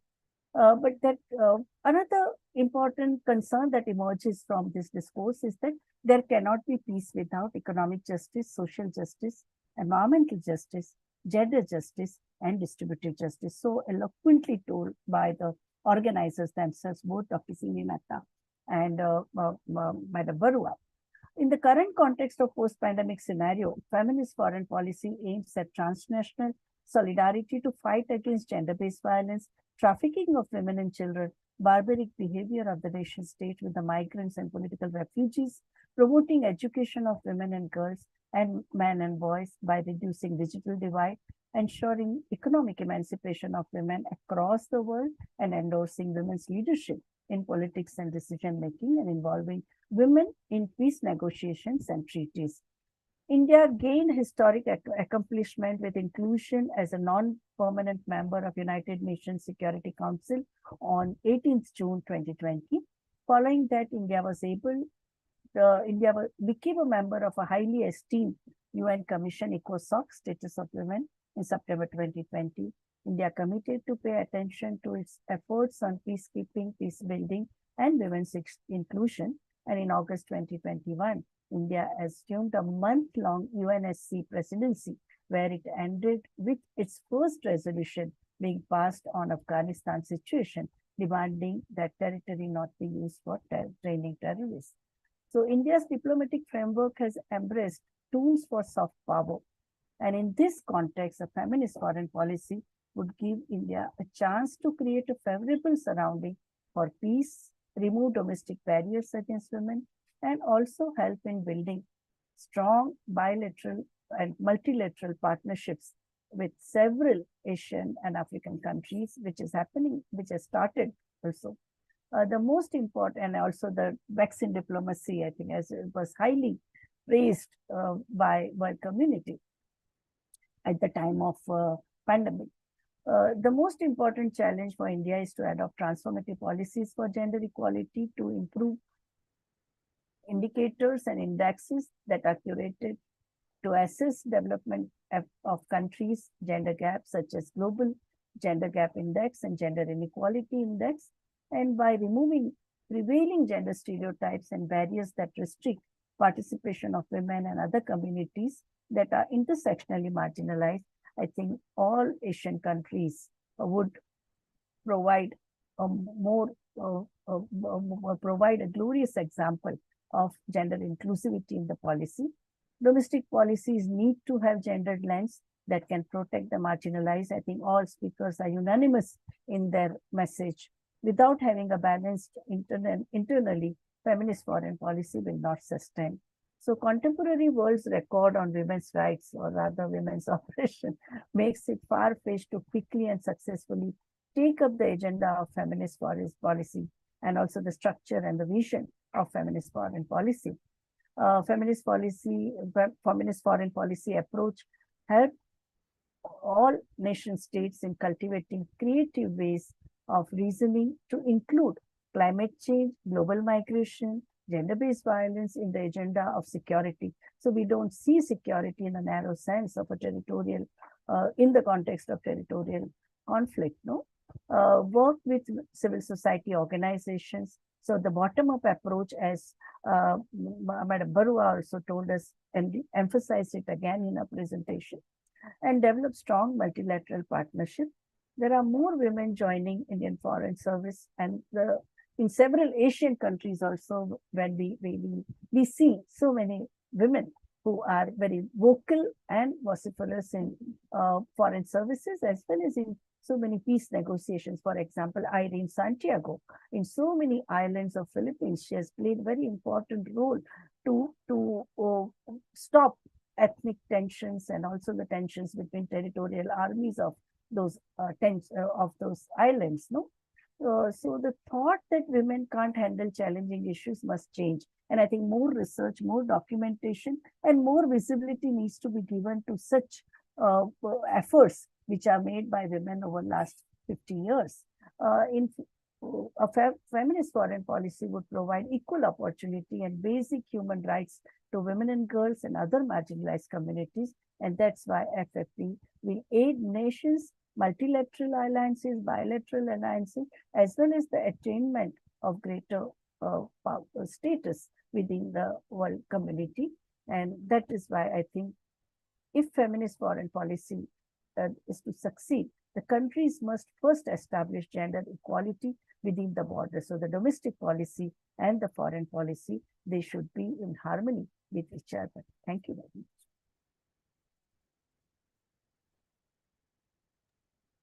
Thank you so much, ma'am. We did have a little bit of a technical issue with Ambassador Riva Ganguly Das.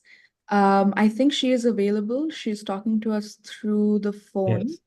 So I would still like to raise the two questions, but thank you so much for your ending remarks, ma'am. And for Ambassador Das, since you gave such a wonderful overview, I would like to ask two questions that are a bit more general and themes that we've seen evolve. The first one being, what is next for feminist foreign policy? Because as we know, foreign policy challenges are evolving. When we talk about displacement or climate change, what is next for foreign policy and specifically for feminist foreign policy when we address these challenges? I wonder if I'm audible to all of you. Yes, you are Yes. audible. Yes, ma'am. Yeah. Okay. So if I have understood correctly, you're saying that what is the next foreign policy challenge, is it? Yeah. Yes. Yeah.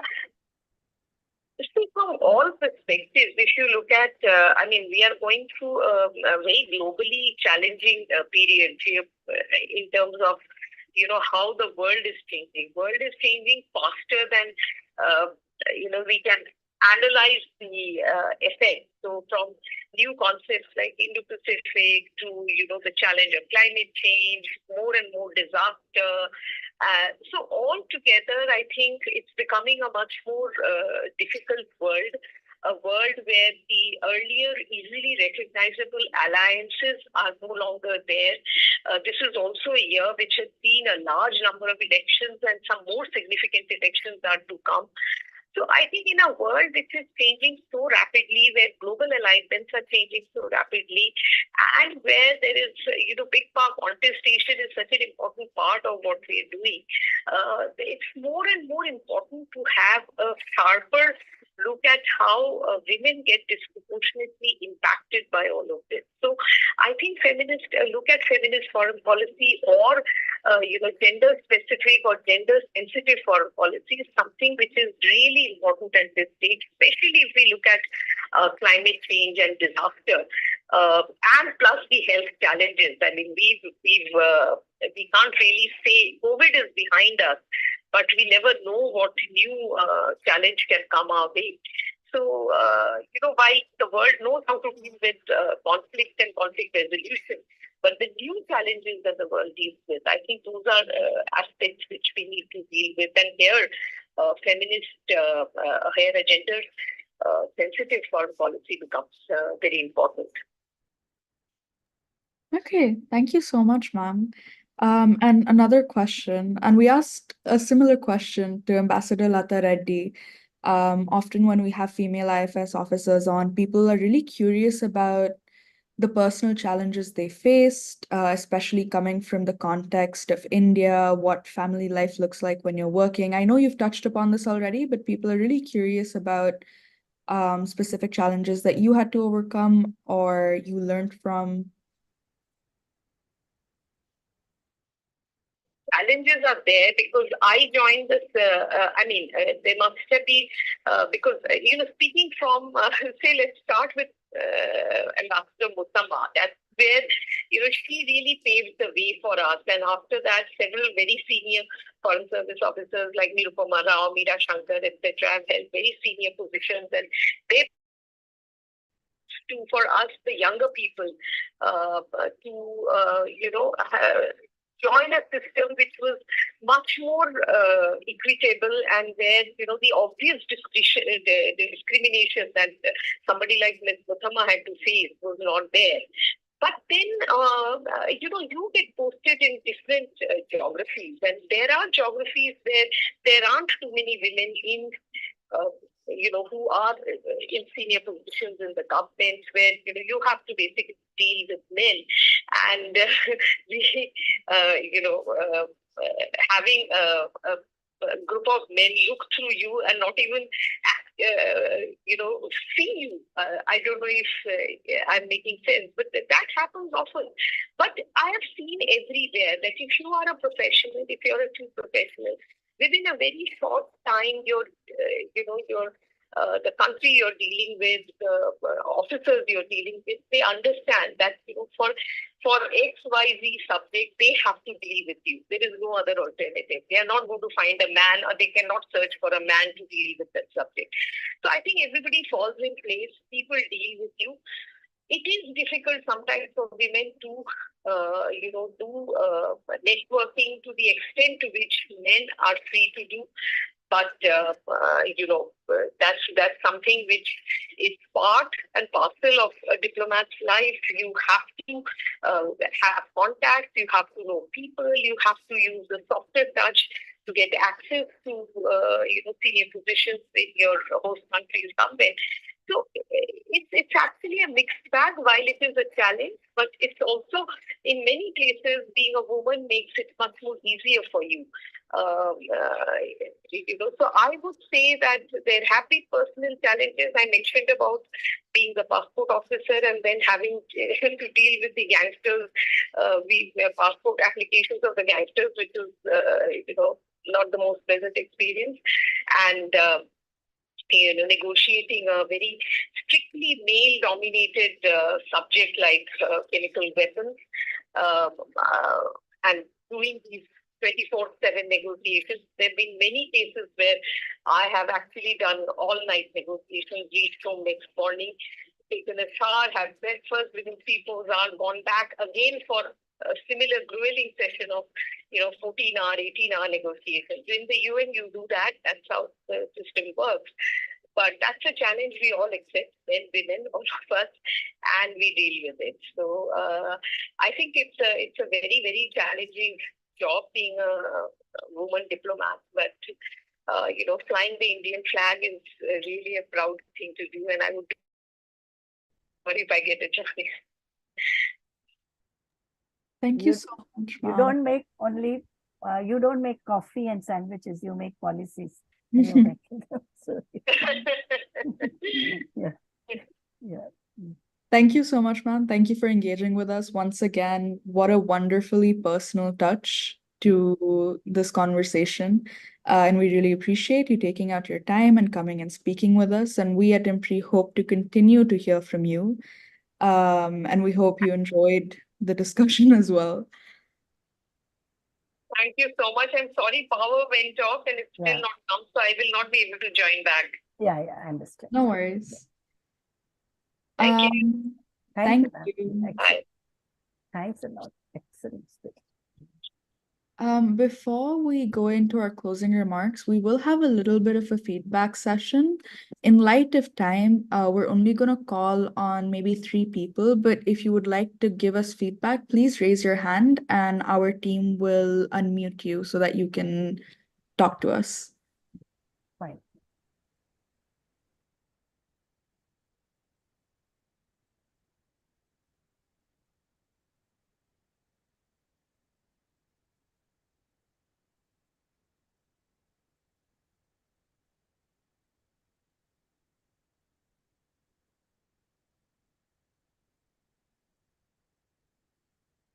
Okay, we have a couple people with us. Does Sabah want to unmute herself and speak? Hi everyone, this is Kamakshi. Firstly, I'd like to thank to IMPRI that it has been such an insightful session, and it actually gave me a lot of insights about diplomacy and policy making, especially from the perspective of women in all these making. And I think as a learner, it was an insightful session, and I'm really grateful for the opportunity. Thank you, everyone. Thank you. Anyone can go next. Hi, everybody. Am I audible? Yes. So I'm really grateful to be a part of this session hosted by and organized by IMPRI as well as the Asia Foundation. I joined in, I just got to know like a day before it was about to start, but I'm so glad that I registered myself to be a part of this seminar, and it was absolutely an amazing opportunity to learn so much from all of these absolutely well-learned, experienced, prestigious scholars who were invited. And as we were able to also listen to experiences by, we say, it was Riva ma'am and it was Anil sir. It was absolutely an amazing opportunity, and I'm so glad I was able to connect with. Being an aspirant, like I would want to go for the foreign services myself. So I am extremely excited to able to attend more such events organized by IMPRI. And I would say personally, it was an absolutely amazing experience, and I would definitely recommend people in my circle to connect with such amazing events hosted by IMPRI. Thank you so much for this experience. Thank you, Khushi. Shubha, Dr. This one is also there, Meenakshi Gopinath, no? Yeah. Does Miss Meenakshi want to talk to us? Yeah, she has, I think. Hello. Thank you. Thank you very much. Can you hear me? Yeah, Yes. we can hear you, Doctor. Well, first of all, heartiest congratulations. You've got together such an amazing galaxy across the entire foreign policy spectrum, including a whole band of stakeholders. And I just want to congratulate you and congratulate IMPRI and the Asia Society, and of course, Professor Vibhuti Patel, who has curated this with so much sensitivity. Having said that, I'm particularly delighted that Ambassador Trigunayat is there, and that we are not doing womenels at the manels to counter the manels that we have all been subjected to. And thank you, sir, for your amazing insight. I just had a couple of say maybe observations, if I may. I think my own preference, as I've shared earlier, is to talk about a gender-sensitive approach to foreign policy. Just like you can have a gender-sensitive approach to agriculture, you can have a gender-sensitive approach to the economy, and so on across the board. FFP in particular, as a designation, I think provided the global north with a soft landing into 1325. Now, the global south didn't need that because we are already such a rich laboratory of both intersectionality, of the kinds of conflicts, of intra-state difficulties, and so on and so forth. Cartographic anxieties, as Shweta mentioned so evocatively yesterday. But I think it's important to ask who today, in the context of the changing contours of geopolitics and diplomacy, who is a diplomat today? Who is doing diplomacy? Is it only the men and women who sit in South Bloc and in different embassies? Or is a whole spectrum of people who are engaged in track 1.5, maybe track 2, track 3, people-to-people diplomacy, and the 8 tracks, multi-track diplomacy that became so popular because Ambassador MacDonald and Diamond's, perspectives. Having said that, I would also like to say that we from the Global South are not looking for a sanitized approach to 1325, not a top-down, not a state-centric. The whole idea of a gender-sensitive foreign policy comes together at a very crucial moment in the evolution of the understanding of security itself. Earlier on, foreign policy establishments were deeply tied to defense strategy and its protection and preservation and its dissemination in some ways.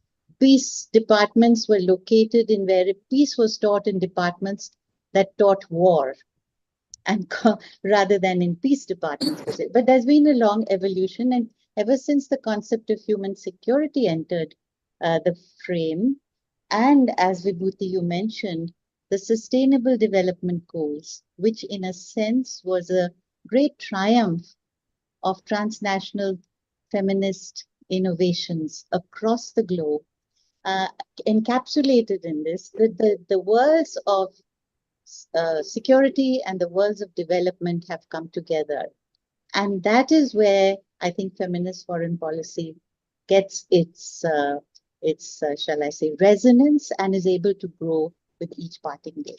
Having said that, I do want to once again congratulate Anu Chinoy for having pointed us in the direction of looking at the difference between a diplomat and a person who does foreign policy. A traditional diplomat and a person who does foreign policy outside of the haloed spheres of the foreign policy establishment.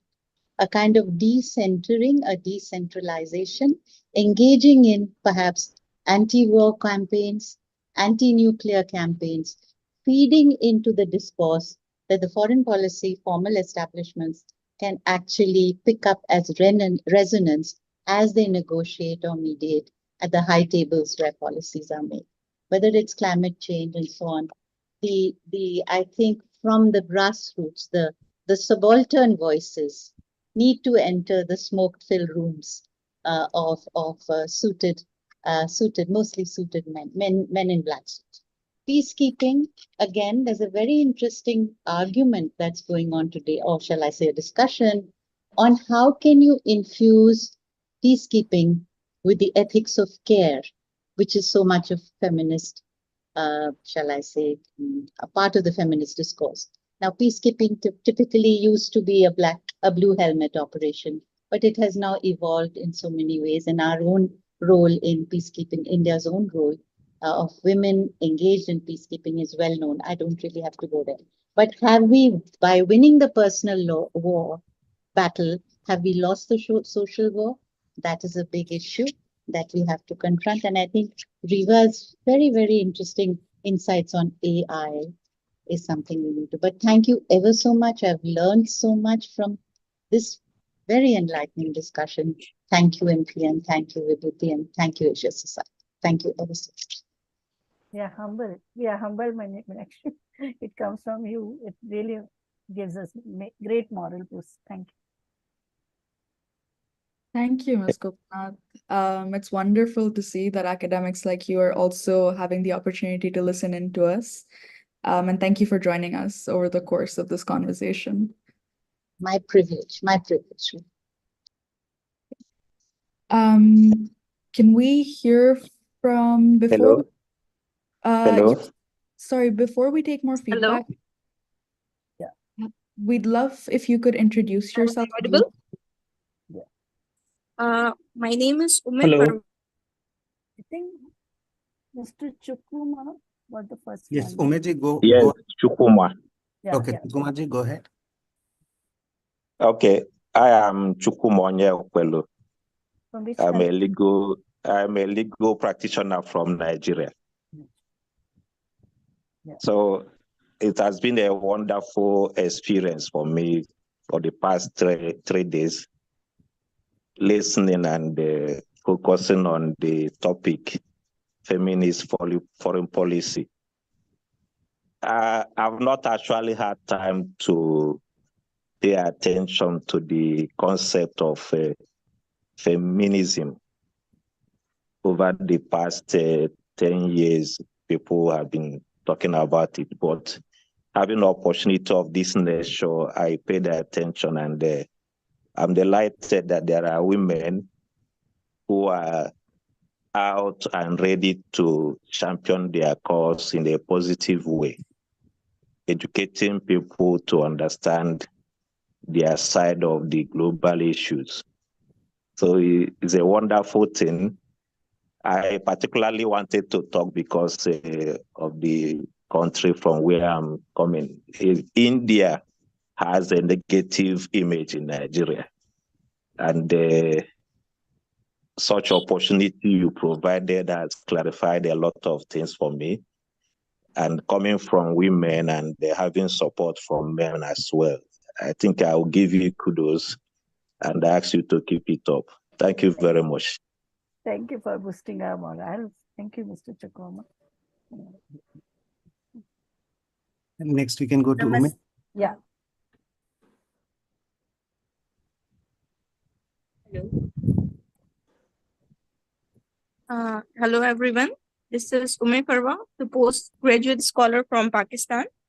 Thank you for giving us opportunity to join this insightful session on gender equality, especially with reference to foreign policy.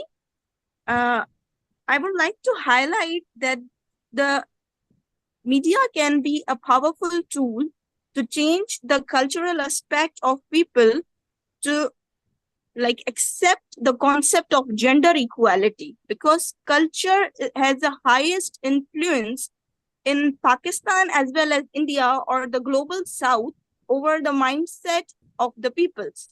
So I think the role of media will be powerful enough for peoples to change their mindset slowly and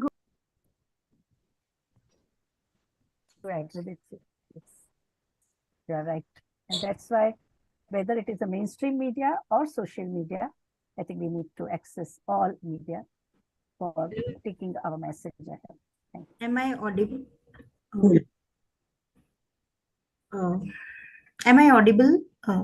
Yes. Namaste, I am Preeti Panwar. I am assistant professor in Miranda House, University of Delhi. Thank you for such a insightful session, ma'am. And all the important aspects were covered. I'm very happy for that. And especially Vibhuti Patel, ma'am, she covered the education part also, because I'm more concerned with the education. I have worked in school also, in government school, in private school also. And basically what we think that the change we want, it starts from the school itself. That's why I was more concerned that how can we inculcate that feminist perspective, FP, what we are talking about, how can we inculcate in school curriculum? That was my question that was answered by Vibhuti ma'am. Thank you for that. And because education is an important tool, what we consider for a social change, and school is a miniature of society. So thank you for such insightful sessions. Thank you. Thank you. Thank you. Thank you. I'm Tiyasha Mishra. Hi. Hello. Hello. I'm Tiyasha Mishra. I'm working on industries and sustainable development as research scholar. So thanks to IMPRI for organizing such beautiful talk series on feminist foreign policy in these 3 days. I got to learn a lot, and I hope to attend more such talks in future, and hope that this will be with me and this will help me in my further research. Thank you. Thank you. Hello, am I audible? Yes. Hello, I am Faiz Asal, and I am a research scholar at JMI. And this 3 day session has highlighted various issues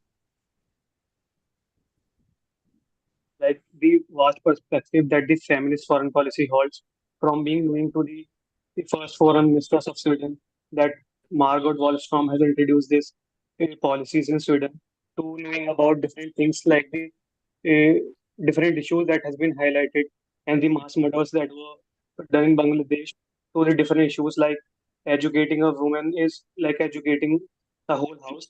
So these sessions have really heightened and actually taken the comprehensive approach that is really needed in this today's world, in which the far right governments are taking over, and what this new feminist foreign policy holds for the future in the coming generations. Thank you. Thank you so much. Hello, everyone. I'm Dr. Jamila Mkhimer from Bahrain. I would like to thank you for organizing such a very interesting and informative feminist foreign policy webinar. I have enjoyed it over 3 days. However, I would love to see more international speaker because they bring this different perspective. As you know, the Middle East has the most challenges, political challenges, and it's very important to inform the people here. Yes, the culture, the religion, the social norms are different from everywhere, yet we lack the knowledge regarding a gender perspective. Let me say here, it's not accepted to say feminist. However, gender perspective is very important. Although the governments really provide empowerment for women, yet even women are not empowering women. So we need really to work on the gender perspective to develop policies, especially the foreign policy. Thank you. It was interesting days. Yeah.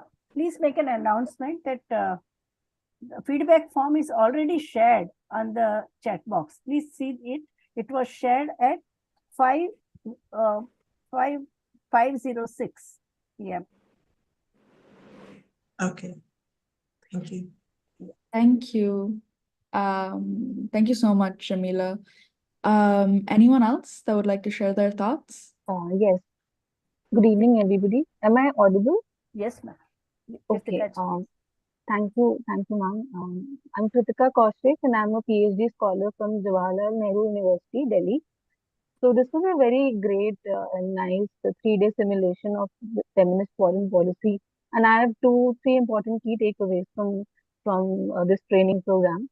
Firstly, it is very important that we hold such initiatives, and thanks to IMPRI and Asia Foundation, because a lot of myths were debunked about feminist foreign policy, and it is more inclusive than what I had initially thought about. Apart from that, the fact that feminist foreign policy is not an exclusive domain of the global north, but it is very much applicable to the global south. This idea was also very interesting, and more research can be done upon this by future scholars as well. So this was a very great simulation for me and a learning experience, because both theory and practice were combined by giving such nice theoretical foundations about the whole idea of feminist foreign policy, and giving practical insights from bringing in foreign policy practitioners. So thanks a lot for this simulation. I congratulate both IMPRI and Asia Foundation for this. Thank you so much. Thank you. Thank you for talking to us. Anyone else? We have Sabha, Ashish Gupta, Shweta Notane. Anyone that wants to contribute?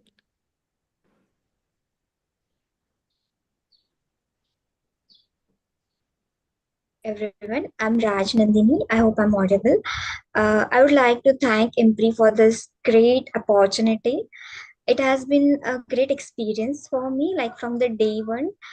And the most important thing I really liked about this journey is that there was this combination of theory as well as the pragmatic side. So I could relate what I was learning in the theory with the help of all those practitioners, all those ambassadors, and that was really a great experience. Thank you so much. Rajnandini, where are you from? I'm from Pune. I'm just studying political science from Ferguson College. Thank you.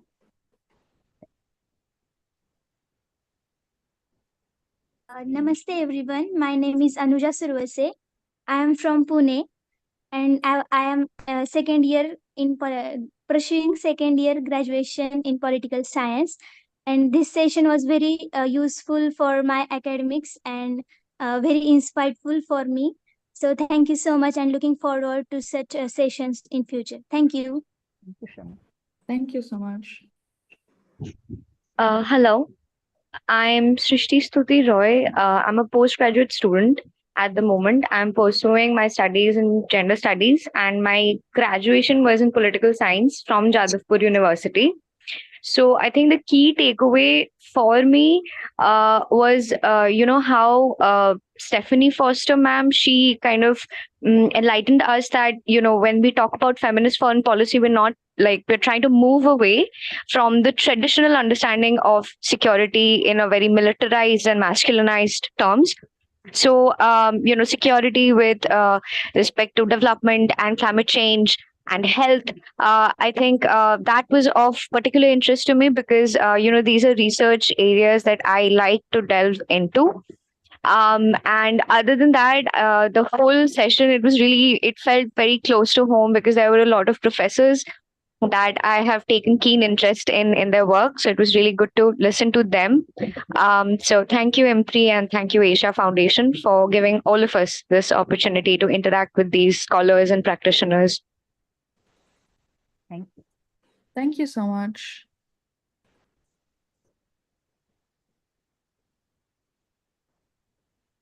Yeah, hello. Yeah. This is Super. I'm from Bihar, currently doing my PhD in Delhi, in Jawaharlal Nehru University. It was very enlightening and enriching talk overall, and I'm really grateful for Anil for organizing that. Thank you so much. I had just one feedback. I would also like, there were talks about this, but if we could have more talk about queer perspectives in the feminist foreign policy and have speakers for that, it would be really helpful about querying the whole discourse of foreign policy.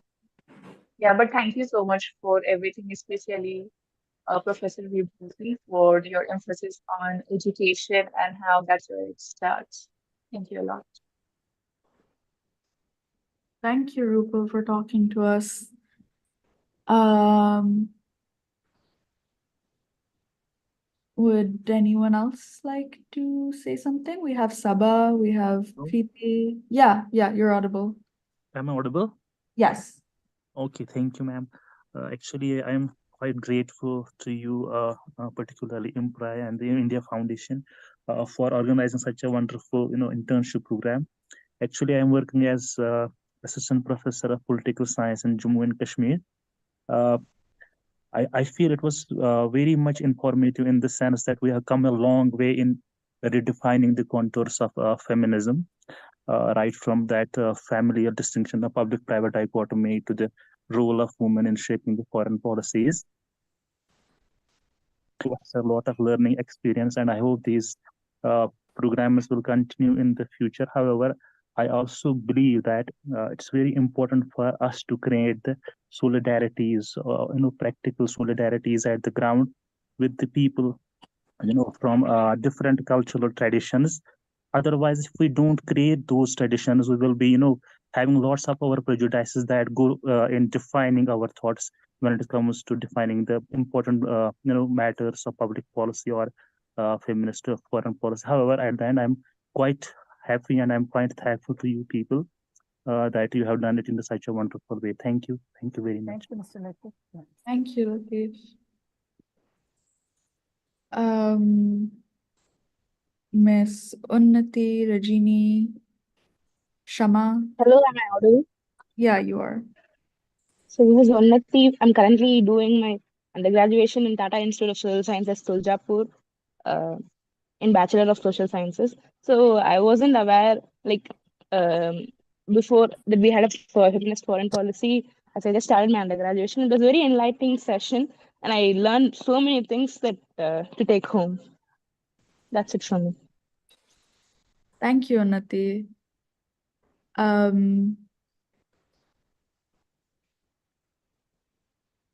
Anyone else? We're seeing Sabah Firdaus, Ashish Gupta. May I? This is Rajni here. Please go Yeah. ahead. Good evening, Vibhuti ma'am. And Varushka, thank you for the excellent moderation.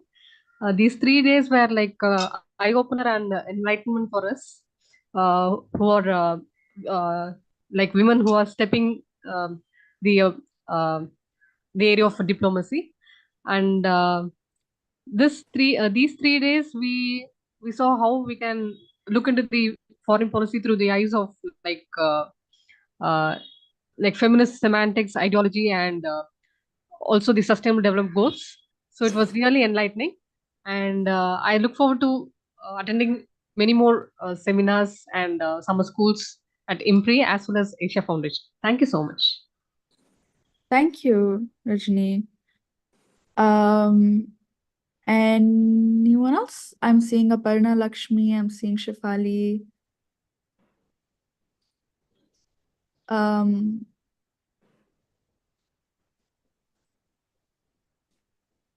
Okay. Thank you so much for your valuable feedback. Again, to reiterate, the feedback link is in the chat, but once again, it will be shared on your emails as well. So not to worry about that if you can't access it through the chat. And with that, I would like to move on to our closing remarks, both from Ms. Nandita Baruah and Dr. Simi Mehta.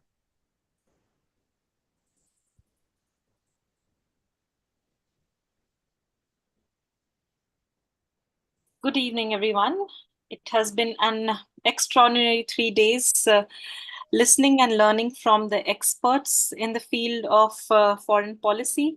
And it has been just very overwhelming to be with a huge cohort of scholars who are interested in feminist foreign policy from around the world.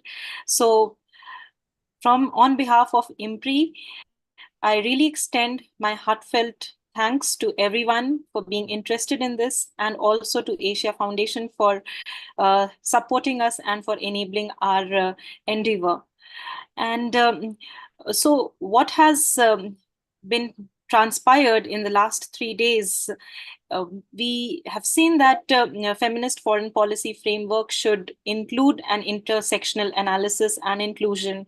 Some of our participants also did mention it should include complete disarmament, the security concept centered around the well-being and safety of the individual, the inclusion of civil society, the promotion of international solidarity through dialogue, and fostering of communities on the basis of empathy.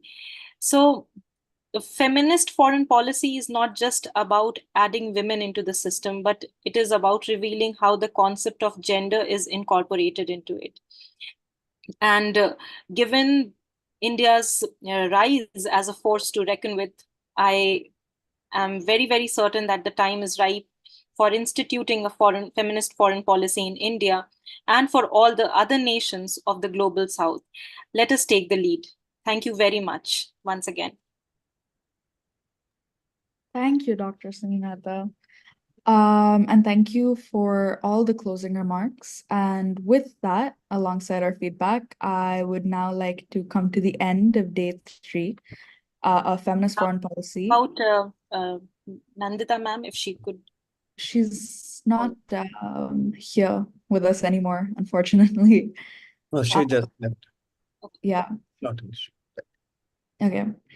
So yeah, as we come to the end of day 3 of feminist foreign policy, past, present, and future, 3-day immersive online certificate training symposium, I, Varushka Bhushan, researcher at IMPRI, Impact and Policy Research Institute, would like to propose the formal vote of thanks on behalf of IMPRI and the Asia Foundation.